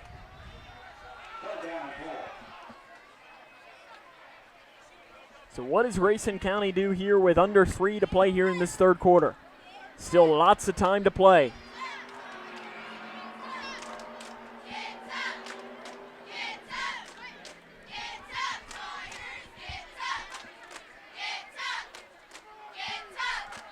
.240.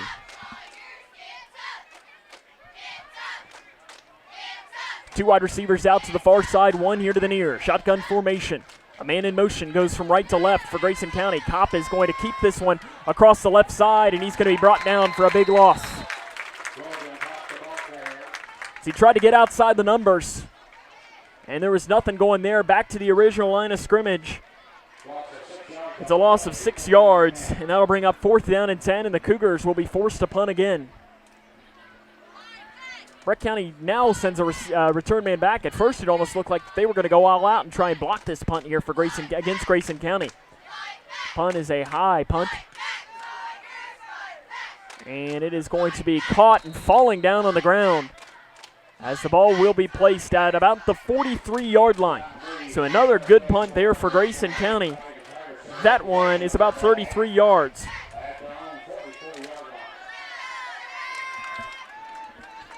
So back and forth these two teams go here in this quarter. 1:50 to play in the quarter. Grayson County again leads this one 21-6.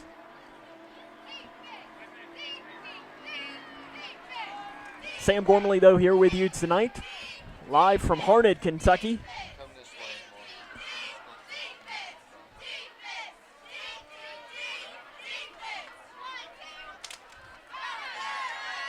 Shotgun formation for the senior quarterback, Dow. And he is going to keep it himself, and it was the wrong decision, as the Cougars were right there in there, and that one first was, guess who? None other than Jacob Kerr. He wasn't fooled at all on the read option, and he just went right at Dow to take him down, and that is a loss of 3 yards back to the 40.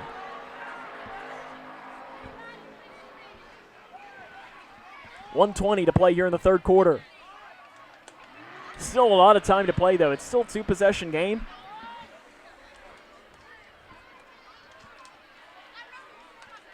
Slow to get out of the huddle, though, comes the Tigers. Two wide receivers here to the near, one out far. Breck County again working from right to left.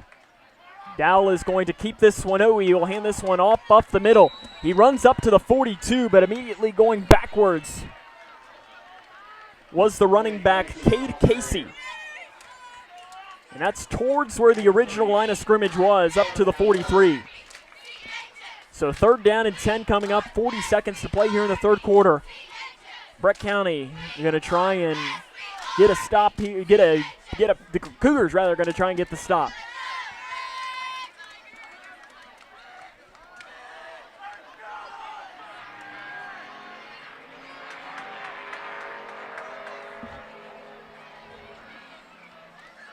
Trips here out to the far side. One wide receiver here to the near. 3rd and long coming up. 10 seconds to play here in the quarter. Dow, one-step drop, firing to the near side, and it is incomplete. Great defense by Grayson County, and they're going to call a penalty flag as it was ended up to be intercepted, but they're going to call a penalty flag, and I'm not sure what it might be. They might go targeting or they might go pass interference. And there's a Breck County player down on the play. And immediately all of the Breck County coaches run over to check him out. Let's hope that that's nothing too serious, as the official, I'm not sure, still delivered our what the flag was.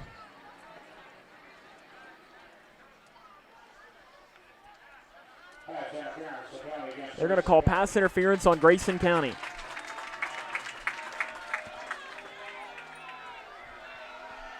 And the Cougar faithful is not happy with that call at all. And neither is Ed Smart. And he's calling out to talk to the head official. And good to see that the Breck County player is up on his feet walking off the field. And Coach Smart is not happy on the sideline. Not that he's ever enthused, but I think he would say that too. I think I could say that. I think he would say that he's never enthused during a football game. But he was definitely not happy there, and that's going to end up being an automatic first down there for Breck County. That's a big penalty.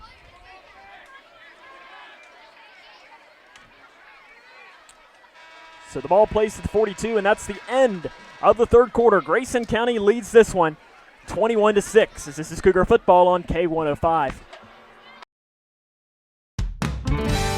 When caring for a family member, their state of health is continually on your mind. And when they're faced with a health concern, you'll do just about anything to make them feel better. Rest assured, their feel better starts right here at Midway Pharmacy. We take our time to get to know all about your family's health history so we can provide you with educated advice. So when someone's counting on you to help them maintain a healthy lifestyle or to overcome that untimely sickness, remember, your feel better starts here at Midway Pharmacy.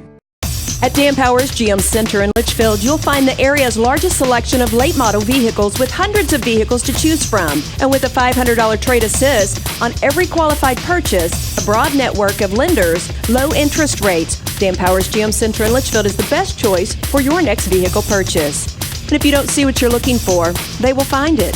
Plus, the friendly professional service staff is always there to meet your needs. Dan Powers GM Center, 1517 Elizabethtown Road in Litchfield. 10 to start the fourth quarter. Ball placed at the 42.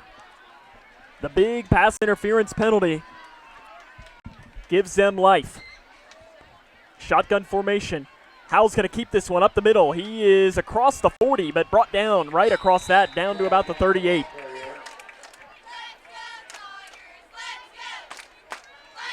So the senior quarterback, Gavin Dow, keeps that one for a pickup of about 3. So that'll bring up second down and about 7. As our scoreboard, I think, is a little bit confused, as they say it's 4th down and 11. But our lines judge says it's second down.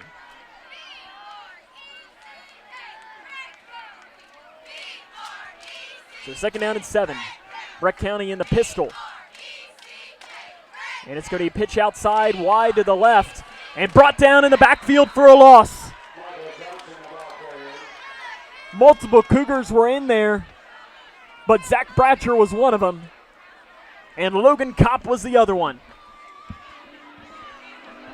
So a tackle for a loss, 3rd down and long coming up. The ball brought down back to the 44. And Michael Johnson was the player on the run there, and his helmet must have come off or something because he's coming off the field, and they're sending a sub in. So 3rd down and 12 coming up here for Breck County. 10:40 to play in our game. Grayson County leads this one 21-6.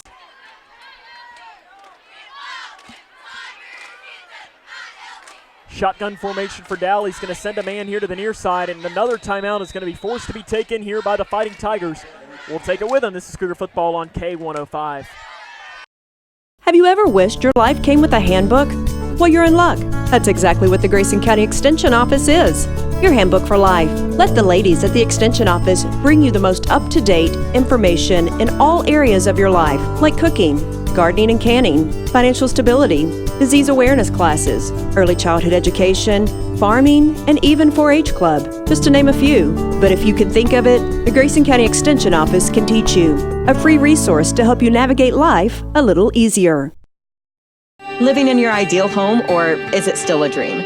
Future Designs Building Materials can help you turn your dreams into reality with atrium windows that will make the sun look brighter, roofing material that will keep your home protected year-round, and decking material for that perfect barbecue setting. Now is the perfect time to get your home improvement project off the ground. Got questions? Future Designs Building Materials can help with all your lumber and home improvement questions. Visit Future Designs Building Materials on Quarry Road in Litchfield or fdbm.net. 10:28 to play. Cougars still lead this one 21-6. Shotgun formation for Dow. Trips here to the near side. Low snap. Dow corrals it. He's going to fire a slant over the middle across the 40, across the 35. He's got the first down. Does Medvesic, but the ball's out, and the Cougars have come down on top of it. Grayson County across the 45-yard line. Who is the man that came down on top of it? Hunter Toms does. Breck County is asking, saying that the play was dead. And they're saying, no, it was not, and they're going to call a sideline warning on Breck County, and I think that that's an unsportsmanlike on the coaches, and I think that that's 100% the right call there by the official. As Breck County, 3 or 4 of their coaches were on the field, as they call that ball dead, and a sideline warning is going to be called on Breck County. And Breck County's head coach, Brent Hotel, is letting the official have it. But the Cougars pick up the fumble to start this quarter here. Hunter Toms was the one who picked it up and returned it to the 45.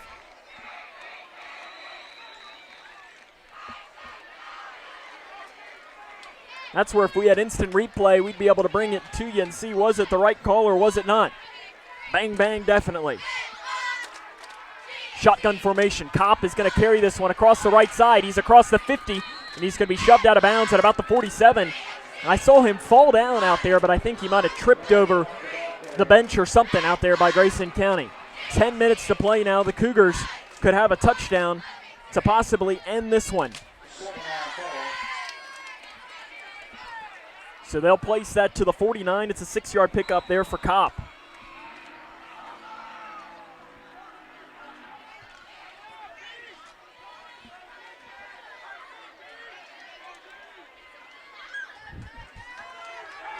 Shotgun formation. Kopp is going to carry this one across the right side. Now he's going to break it back towards the near side. And he's just going to dive forward into the spot is going to be everything on this. He's still going to be at least a yard or two short of the first down, but I'm not entirely sure as to where it'll be. As they'll say to the 47, a 2-yard pickup here for Kopp. 3rd down and 2 coming up for the Cougars. 9:10 to play.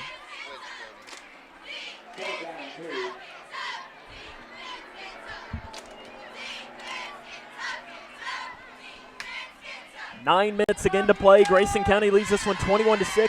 They have the ball 3rd down and 10, placed at the Breck County 46. Kopp is going to keep this himself. He's got the first down across the right side, and he runs into the Breck County wall. But that will be enough for a first down Cougars.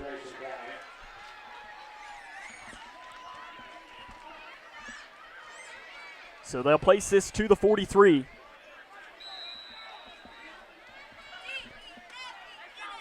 So Logan Kopp 3 straight runs, and he picks up the first down there. And again, the scoreboard is the head official's asking for it to wind. He's been asking for it to wind for about 10 seconds, and finally the scoreboard does start to roll. One wide receiver out on each side. Shotgun formation. It's going to be a handoff to Jacob Kerr across the right side. He's down inside the 40-yard line, down to about the 37. Does the senior running back Jacob Kerr. He has played a great game here tonight.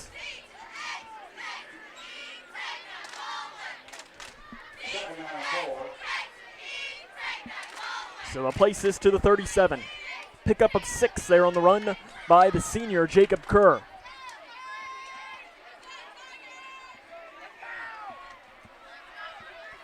.7:40 to play in the game. Grayson County still leads this one 21-6 over the Tigers of Breckinridge County, trying to open up the year 1-0 in district play before traveling to Muhlenberg County next week. Handing this one across the left side, trying to get around the corner, but he's going to be brought down from behind, and a penalty flag is going to be thrown. I'm not entirely sure what this might be.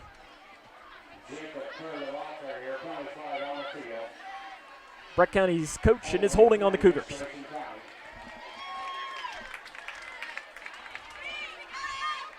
So that'll move the Cougars back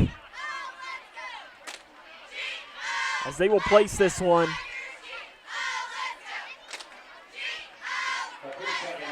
here to the 47. So it is the 10-yard penalty. That'll bring up second down and about 14.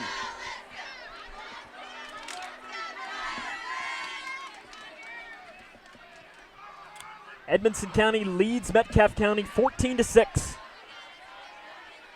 Handoff to Kerr. He gets stopped at first, but continues the burst down inside the 35, inside the 30. He's breaking it outside the numbers, down inside the 10. He's going to be brought down out of bounds inside the 20-yard line. Jacob Kerr with a big-time run for Grayson County, and the Cougars have it working now with about 7 minutes to play in the game. Ball is going to be marked down at the 11-yard line for Jacob Kerr. That is a 36-yard run and a first down Cougars. And a touchdown here would all but ice it for Grayson County. I mean, we've seen some crazy things that have happened, but with about 6.5 minutes to play, you can never count anything out. But a touchdown here to make it a 3-score game would make things very difficult for the Fighting Tigers. Kopp going to hand this one again off to Kerr. He goes to his left, breaking it back towards the middle now. He gets inside the 10 before being tripped up. So down to the 7-yard line is where they'll mark that one. It's a 4-yard pickup.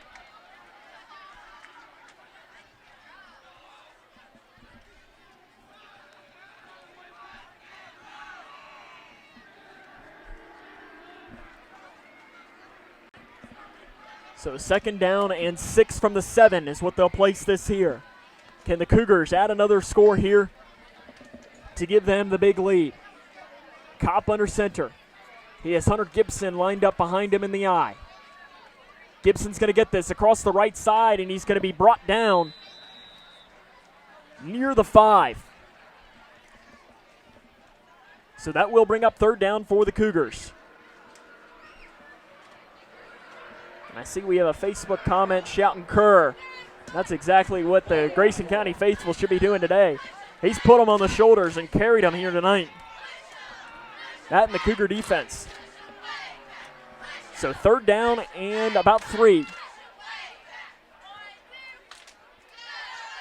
It's going to be a handoff to Gibson, and he runs into the wall. He's still on his feet, and he's going to be brought down. So it's about 4th down and 2.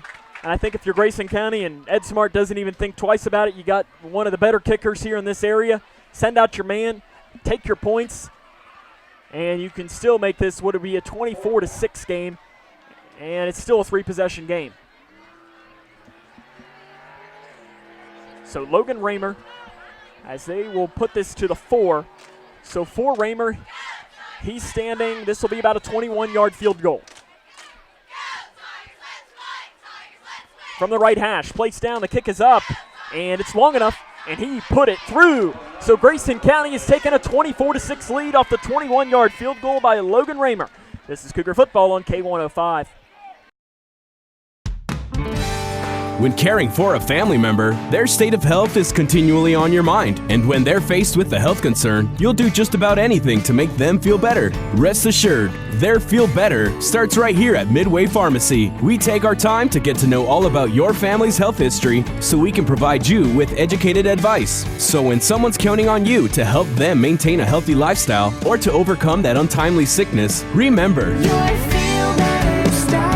at Midway Pharmacy. Living in your ideal home, or is it still a dream? Future Designs Building Materials can help you turn your dreams into reality with atrium windows that will make the sun look brighter, roofing material that will keep your home protected year-round, and decking material for that perfect barbecue setting. Now is the perfect time to get your home improvement project off the ground. Got questions? Future Designs Building Materials can help with all your lumber and home improvement questions. Visit Future Designs Building Materials on Quarry Road in Litchfield or fdbm.net. And the Cougars lead this one 24-6 with 4.5 minutes to play. That's a big-time kick there from the Cougars. Raymer, kick on the ground, and it's going to roll in between, and it's going to be picked off. No, it's bobbled and falling down on it, and the ball's still out. The Cougars might be on top of it. And they are! Grayson County ball as the ball was bobbled, and when he turned around to go and grab it, Grayson County comes down with it. The ball is placed at the 24-yard line. Cougars have the ball. What can you do there? And Breck County, it's almost like all of the energy from the Breck County faithful here in front of us has been sucked out with a straw, because the Cougars have every little bit of it. So they'll get this at the Breck 23-yard line. 4:27 to play. Handoff across the right side. No gain.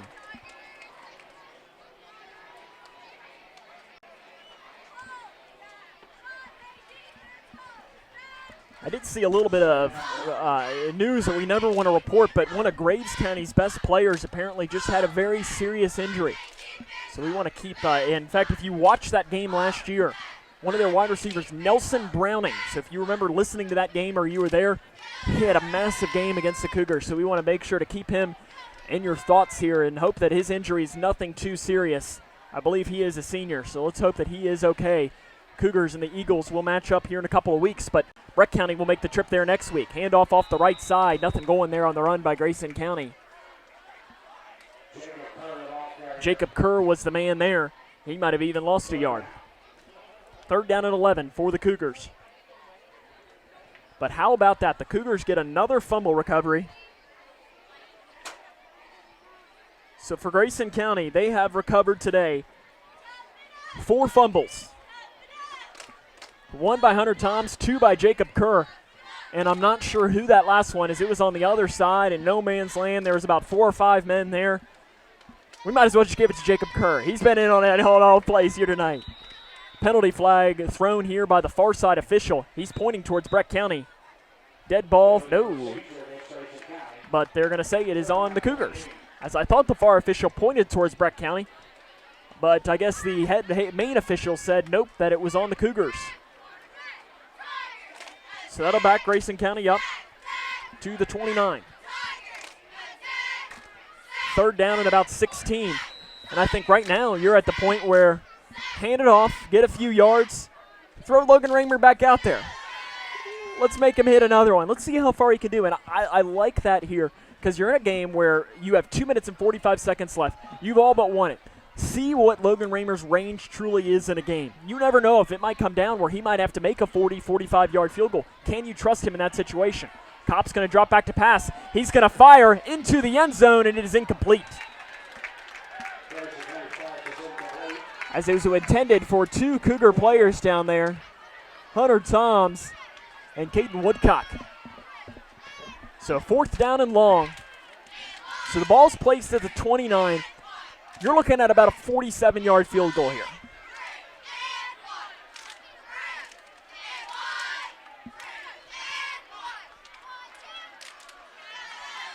And I guess if you're Coach Smart, is that Logan out there? They are. Logan Raymer is going to run out there for what's going to be a 46-yard field goal attempt. Can Logan Raymer hit a new career high in what might be a school record, I think? The snap is high, and it's blocked. Breck County, though, is going to pick it up at the 45 and fall down with it at the 47. So Logan Kopp's kick is blocked. And you heard all of the Cougar faithful. I think that the school record is 43 yards. So that would have been a school record for Logan Raymer, and a 47-yard field goal is blocked. So that's Raymer's first miss on the year from field goals. So on the year, he is now 4 of 5. So Breck County will get the ball placed at their own 47. 2:24 to play. Grayson County leads this one 24-6.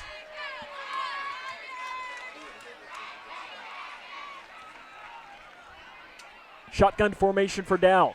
You got to imagine the snap is on the ground. He will field it, though. It's complete at the 50, and that's exactly where the receiver is going to be spun down. Medvesic was the one there on the catch. It's only a gain of about 2 or 3 down to the 50. 2 minutes now to play, and Grayson County looks to be on their way to improving to 5-0, their best start since 2012. As next week, you will be able to join us for K105 Digital Productions. We'll make the trip to Muhlenberg County, coal country in western Kentucky, as the Mustangs and the Cougars will match up for a district game. Dow dropping back to pass. He's going to fire, and it's a pass that is about 3 yards short. And Caden Woodcock was in coverage. So it was intended for Medvesic again. So 3rd down and 7 coming up here for Breck County. For the Fighting Tigers, they will be on the road to Graves County, as they will make the 160-plus mile trip from Harned to Mayfield. And as someone that made that trip last year, luckily it's all interstate, but it's a long haul. You're going to be getting back real late, but the Cougar faithful coming to their feet as they know what is at stake here. A 5-0 start heading into what could be a possible another winnable game next week against Muhlenberg County before the bye week, and then Graves County coming at home.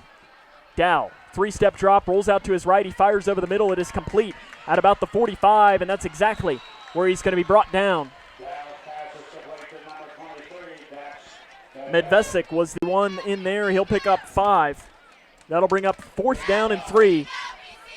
And Cougars get a stop here, and that'll end it, as they could throw a knee down and get out of here with a W.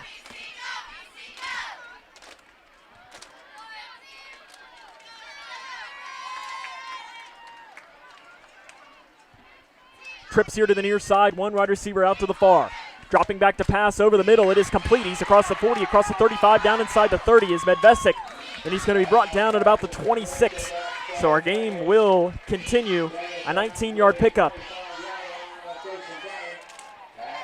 As I see here from Coach Danny Clark, James Gaither kicked a 51-yard field goal versus Ohio County in 2000.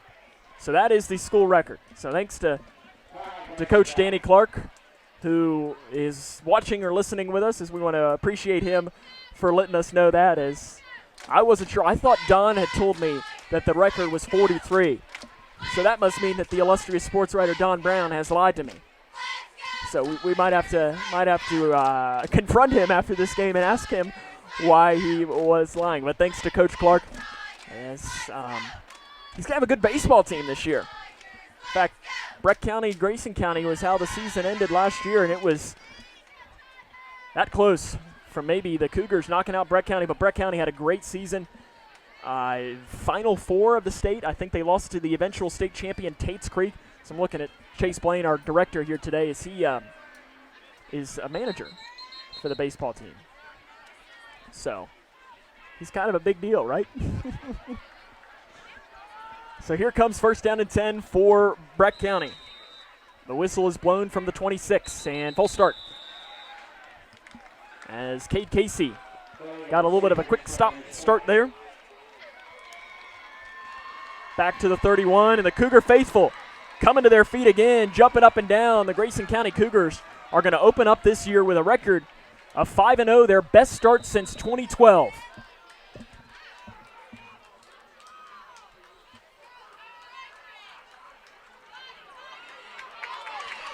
And it's a down inside the 10, and rolling out of bounds inside the 10-yard line is Dowell.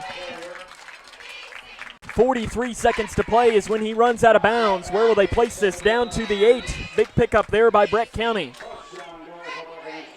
So first down and goal, 4 coming up here for the Fighting Tigers. Again, though, as a reminder, we will be back here next week as the Cougars will take on Muhlenberg County on the road, while Breck County will make the trip to Graves County. And oh, is it coming back? It's coming back. Is it coming back? They're placing it at the 25. Maybe he stepped out of bounds coming down the sideline here, because he tiptoed the sideline, and that had to have been what it is. But it is a first down, 43 seconds to play.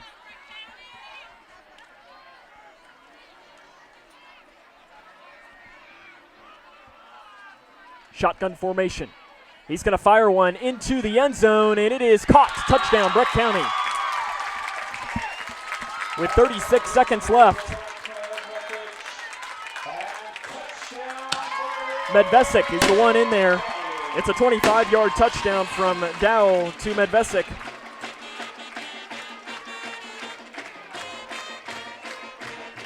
For 25 yards and a touchdown, Breck County. And they will go for 2. No matter what happens, you're still looking at a 2-possession game with 35 seconds. Again, we've seen crazier things, but the Cougars look to be in good spot here. They're going to go for it. And Dowell is going to take this across the right side, and he's not going to get it. So Grayson County leads this one 24-12, 36 seconds left. This is Cougar football on K105. When caring for a family member, their state of health is continually on your mind. And when they're faced with a health concern, you'll do just about anything to make them feel better. Rest assured, their feel better starts right here at Midway Pharmacy. We take our time to get to know all about your family's health history so we can provide you with educated advice. So when someone's counting on you to help them maintain a healthy lifestyle or to overcome that untimely sickness, remember, your feel better starts here at Midway Pharmacy. In the Army National Guard, family means everything. Our parents, they were really supportive that all 5 of us would join. I got my education because of the Guard. I got to travel a little bit and experience a whole different culture. It helped me get my job, helped me pay for my house. Being part-time really helped because I could have some opportunities that were still in education. Serving part-time in the Army National Guard instills pride that you and your family will share. Visit NationalGuard.com to learn more about part-time service.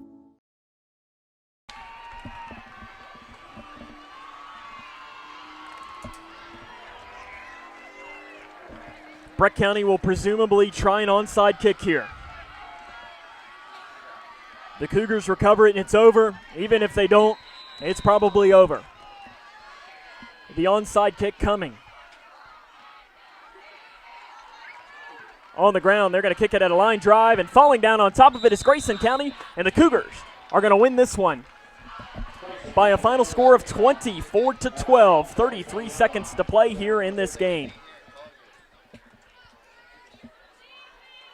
So Grayson County going to have their best start since 2012. With the ball placed here at their own 42, the Cougars will just go into the victory formation and get out of here with a win.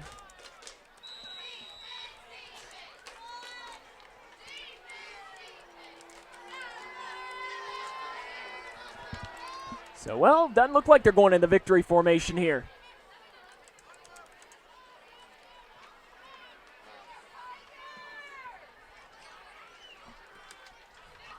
And there they go, laying it down to the 41. And the Cougars don't need to snap it again. Or will they? Maybe they might have to do actually one more. Back to the 41 goes Logan Kopp, trying to take as much time on it. So Grayson County will win this one by a final score of 24-12. It's their best start since 2012. As the Cougars improved to 5-0 on the year for their best start since 2012. They'll travel to Muhlenberg County next week for their second district game of the year. And that will do it. Grayson County, they're not going to make them snap it again. The Cougars have defeated Breck County, and they're now 5-0, as this has been Cougar football on K105. When caring for a family member, their state of health is continually on your mind. And when they're faced with a health concern, you'll do just about anything to make them feel better. Rest assured, their feel better starts right here at Midway Pharmacy. We take our time to get to know all about your family's health history so we can provide you with educated advice. So when someone's counting on you to help them maintain a healthy lifestyle or to overcome that untimely sickness, remember, your feel better starts here. At Midway Pharmacy. You wouldn't get caught out on the lake without your favorite bait. So why would you get caught digging without calling 811?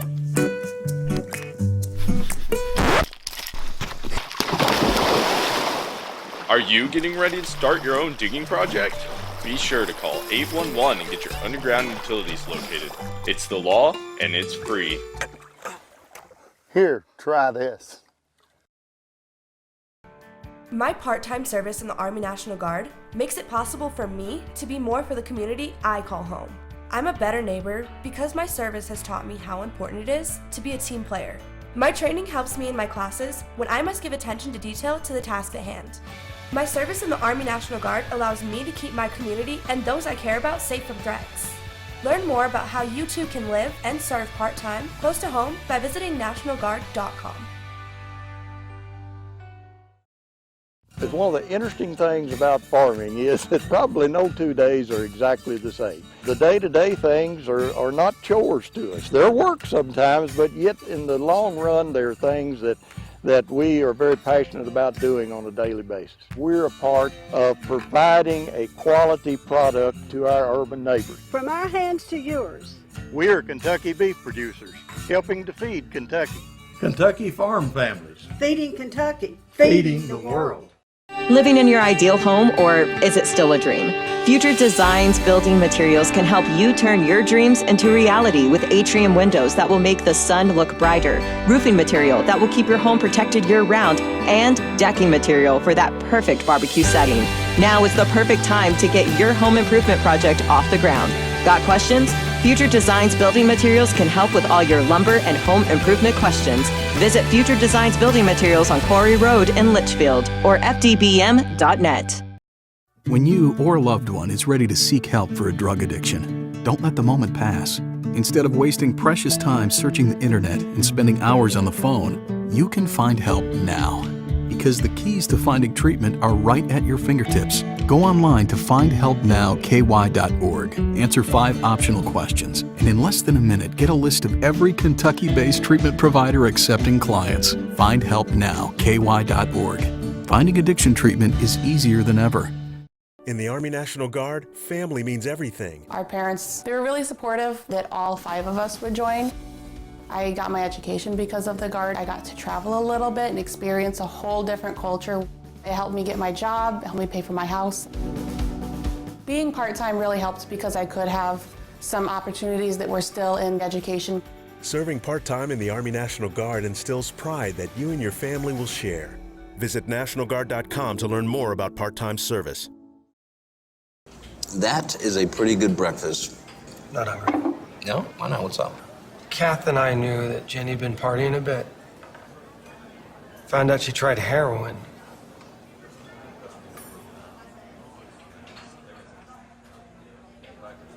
If you need to talk to someone about substance use disorder, call 8338-KY-HELP for a Kentucky licensed treatment provider near you. A message from the Kentucky Office of Drug Control Policy. The Grayson County Cougars have defeated the Breckinridge County Fighting Tigers by a final score of 24-12. For the second time in the last 3 weeks, the Cougars give up a touchdown at the end that really didn't mean anything. But I guess if you had to ask Coach Smart, he had to pick 2 games. He'd probably have picked these 2 instead of the one last week where it actually meant something. But the Cougars again win this one by a final score of 24-12. They have now improved to 5-0 on the year. That is their best start since 2012. That year they started at 7-0. Next week, they'll be on the road at Muhlenberg County. as the Mustangs came into tonight's game with a record of 1-3.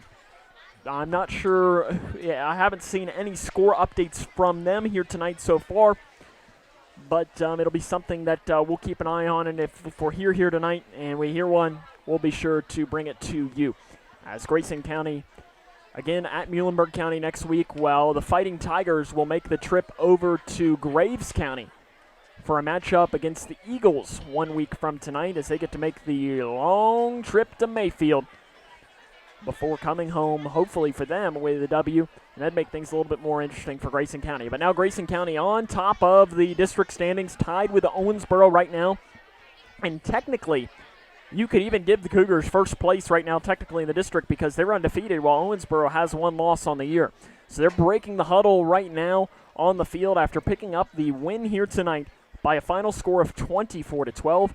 Again, this is their best start since the 2012 season. We don't necessarily usually give out a Player of the Game award, but usually the one that we do, and if it would be to Jacob Kerr.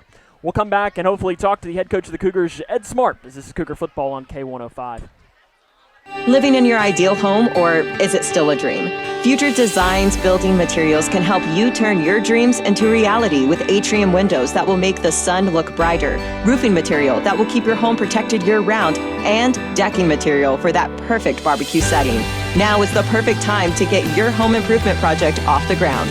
Got questions? Future Designs Building Materials can help with all your lumber and home improvement questions. Visit Future Designs Building Materials on Quarry Road in Litchfield or fdbm.net. Welcome back to the show. Now it's time to dig into some of this great barbecue. Cut! Tim, what are you doing in your phone? You said it's time to dig, and I'm dialing 811 because I always call before I dig. That's if you're digging into your lawn or garden. 811 helps you avoid underground utilities by marking them for free. But this is our food lovers show. Then I'll tell you what, I am digging in. Know what's below. Call 811 before you dig.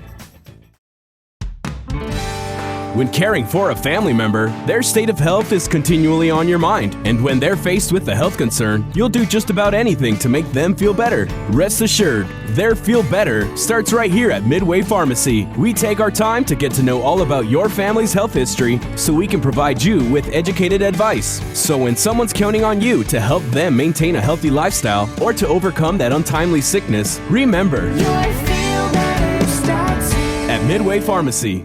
In the Army National Guard, family means everything. Our parents, they were really supportive that all 5 of us would join. I got my education because of the Guard. I got to travel a little bit and experience a whole different culture. It helped me get my job, helped me pay for my house. Being part-time really helped because I could have some opportunities that were still in education. Serving part-time in the Army National Guard instills pride that you and your family will share. Visit NationalGuard.com to learn more about part-time service.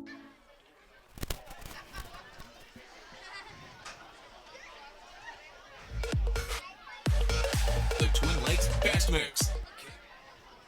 Welcome back here to Breckinridge County High School, where the Grayson County Cougars have defeated the Fighting Tigers tonight by a final score of 25-12. We're now joined by the head coach of the Cougars, Coach Ed Smart. And Coach, you pick up the win here. You're 5-0, best start since 2012. I mean, that's got to at least feel good. It might have not been the best performance that you were hoping for, but like we said last week, a win's a win. That is correct. A win's a win. When you look at this game here today, I think if you had to give out almost a player of the game, I mean, Jacob Kerr was all over the field. He had 2 fumble recoveries. One, he returned for a touchdown. He had a couple of really nice runs. Were you happy with how he played tonight? Well, we changed up our defense to a 4-man front because of him, because him coming off the edge.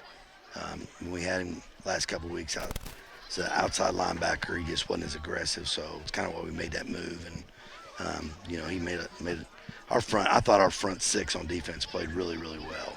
The back half, that's a whole other story. But yes, I thought Jacob Kerr played really well.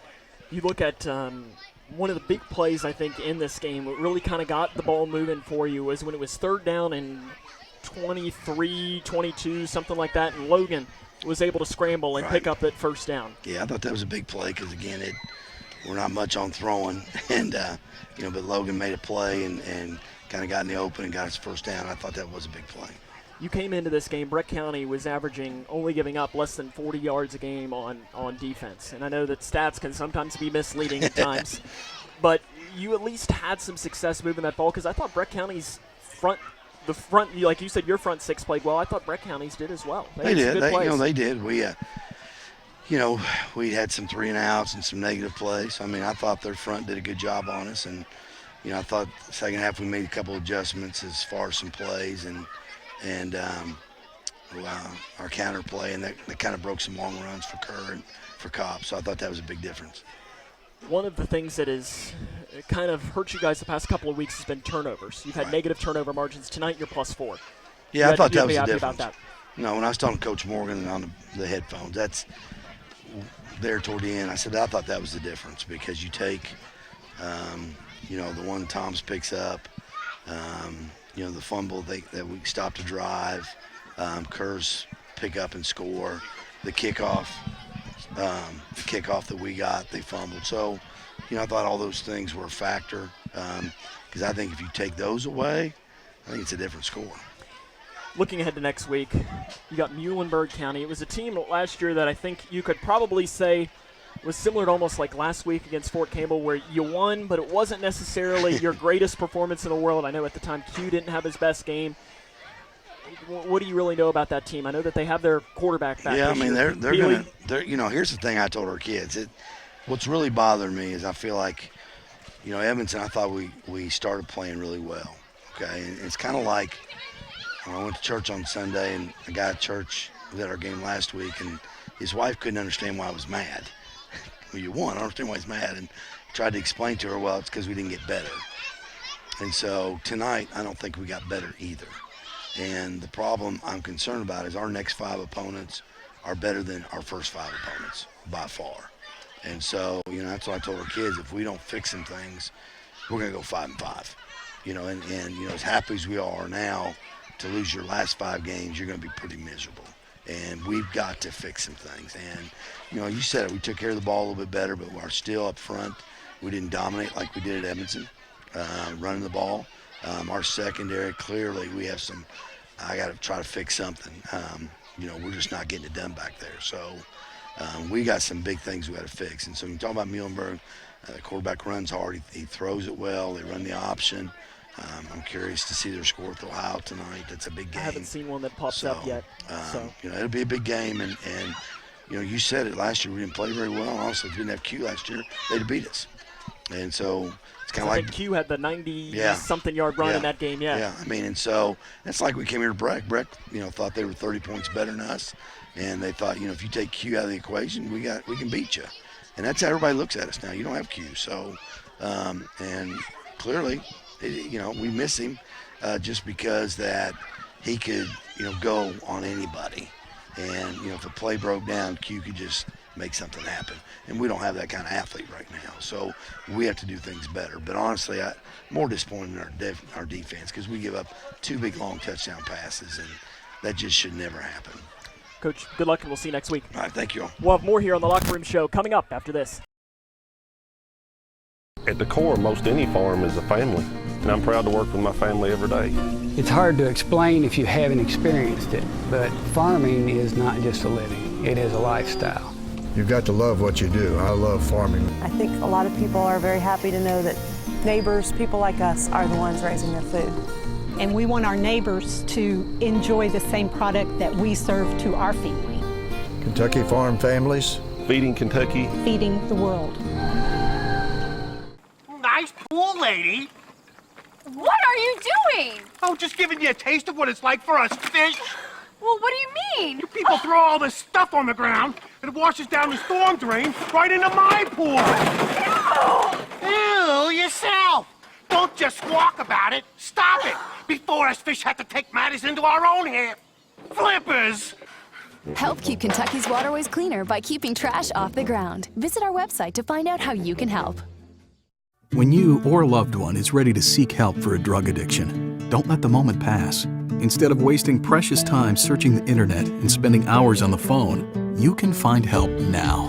Because the keys to finding treatment are right at your fingertips. Go online to findhelpnowky.org, answer 5 optional questions, and in less than a minute, get a list of every Kentucky-based treatment provider accepting clients. Findhelpnowky.org. Finding addiction treatment is easier than ever.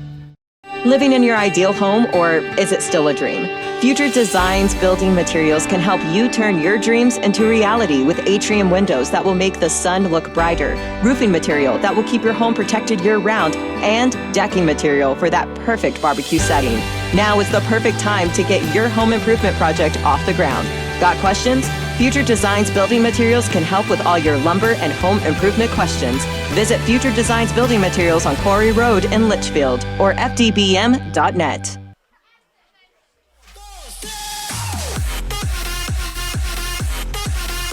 The Twin Lakes Best Mix, K105. Welcome back here to Breckinridge County High School, where the Grayson County Cougars have defeated the Breckinridge County Fighting Tigers tonight by a final score of 24-12. That is their best start since the 2012 season. 5-0, and like we were talking with Coach Smart, are there things here tonight that you can look at and say, oh, we need to work on that? Absolutely, but you can go into any single game with that. I think there's a lot to like. I mean, Jacob Kerr played great. Like Coach mentioned, his front six played unbelievable here tonight. They shut down Breck County. Sure, Breck had a couple of big runs, but the secondary was really the only thing that held them back. And then when you look at this, the turnovers. Cougars go +4 in the turnover margin. They block a punt. They have a blocked field goal on their own end, but you end up winning at that margin. It's the little things that can win football games, especially in a rivalry where both teams want to win no matter what. I know Coach was mentioning that he wanted to see if there was a score to the Muhlenberg, Ohio game, and he's not the only one. Final score, though, McLean County defeats Butler County 55-32. Warren East defeats Russell County 31-14. Heading to overtime, Edmondson County and Metcalfe County all tied up at 14. Owensboro leading Davis County 55-17. Allen County leads Warren Central 40-32.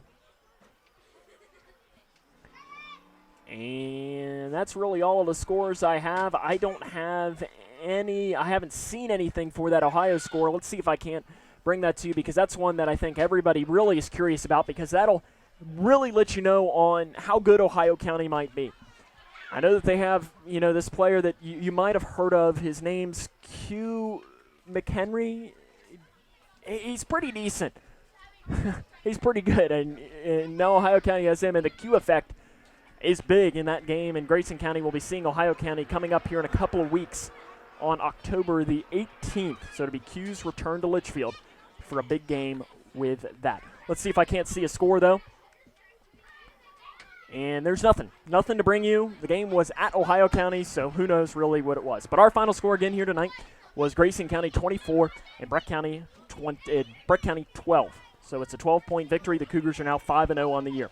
Let's go through a quick recap of the scoring as the Cougars got on the board first 7-0 with a 5-yard touchdown run by Jacob Kerr.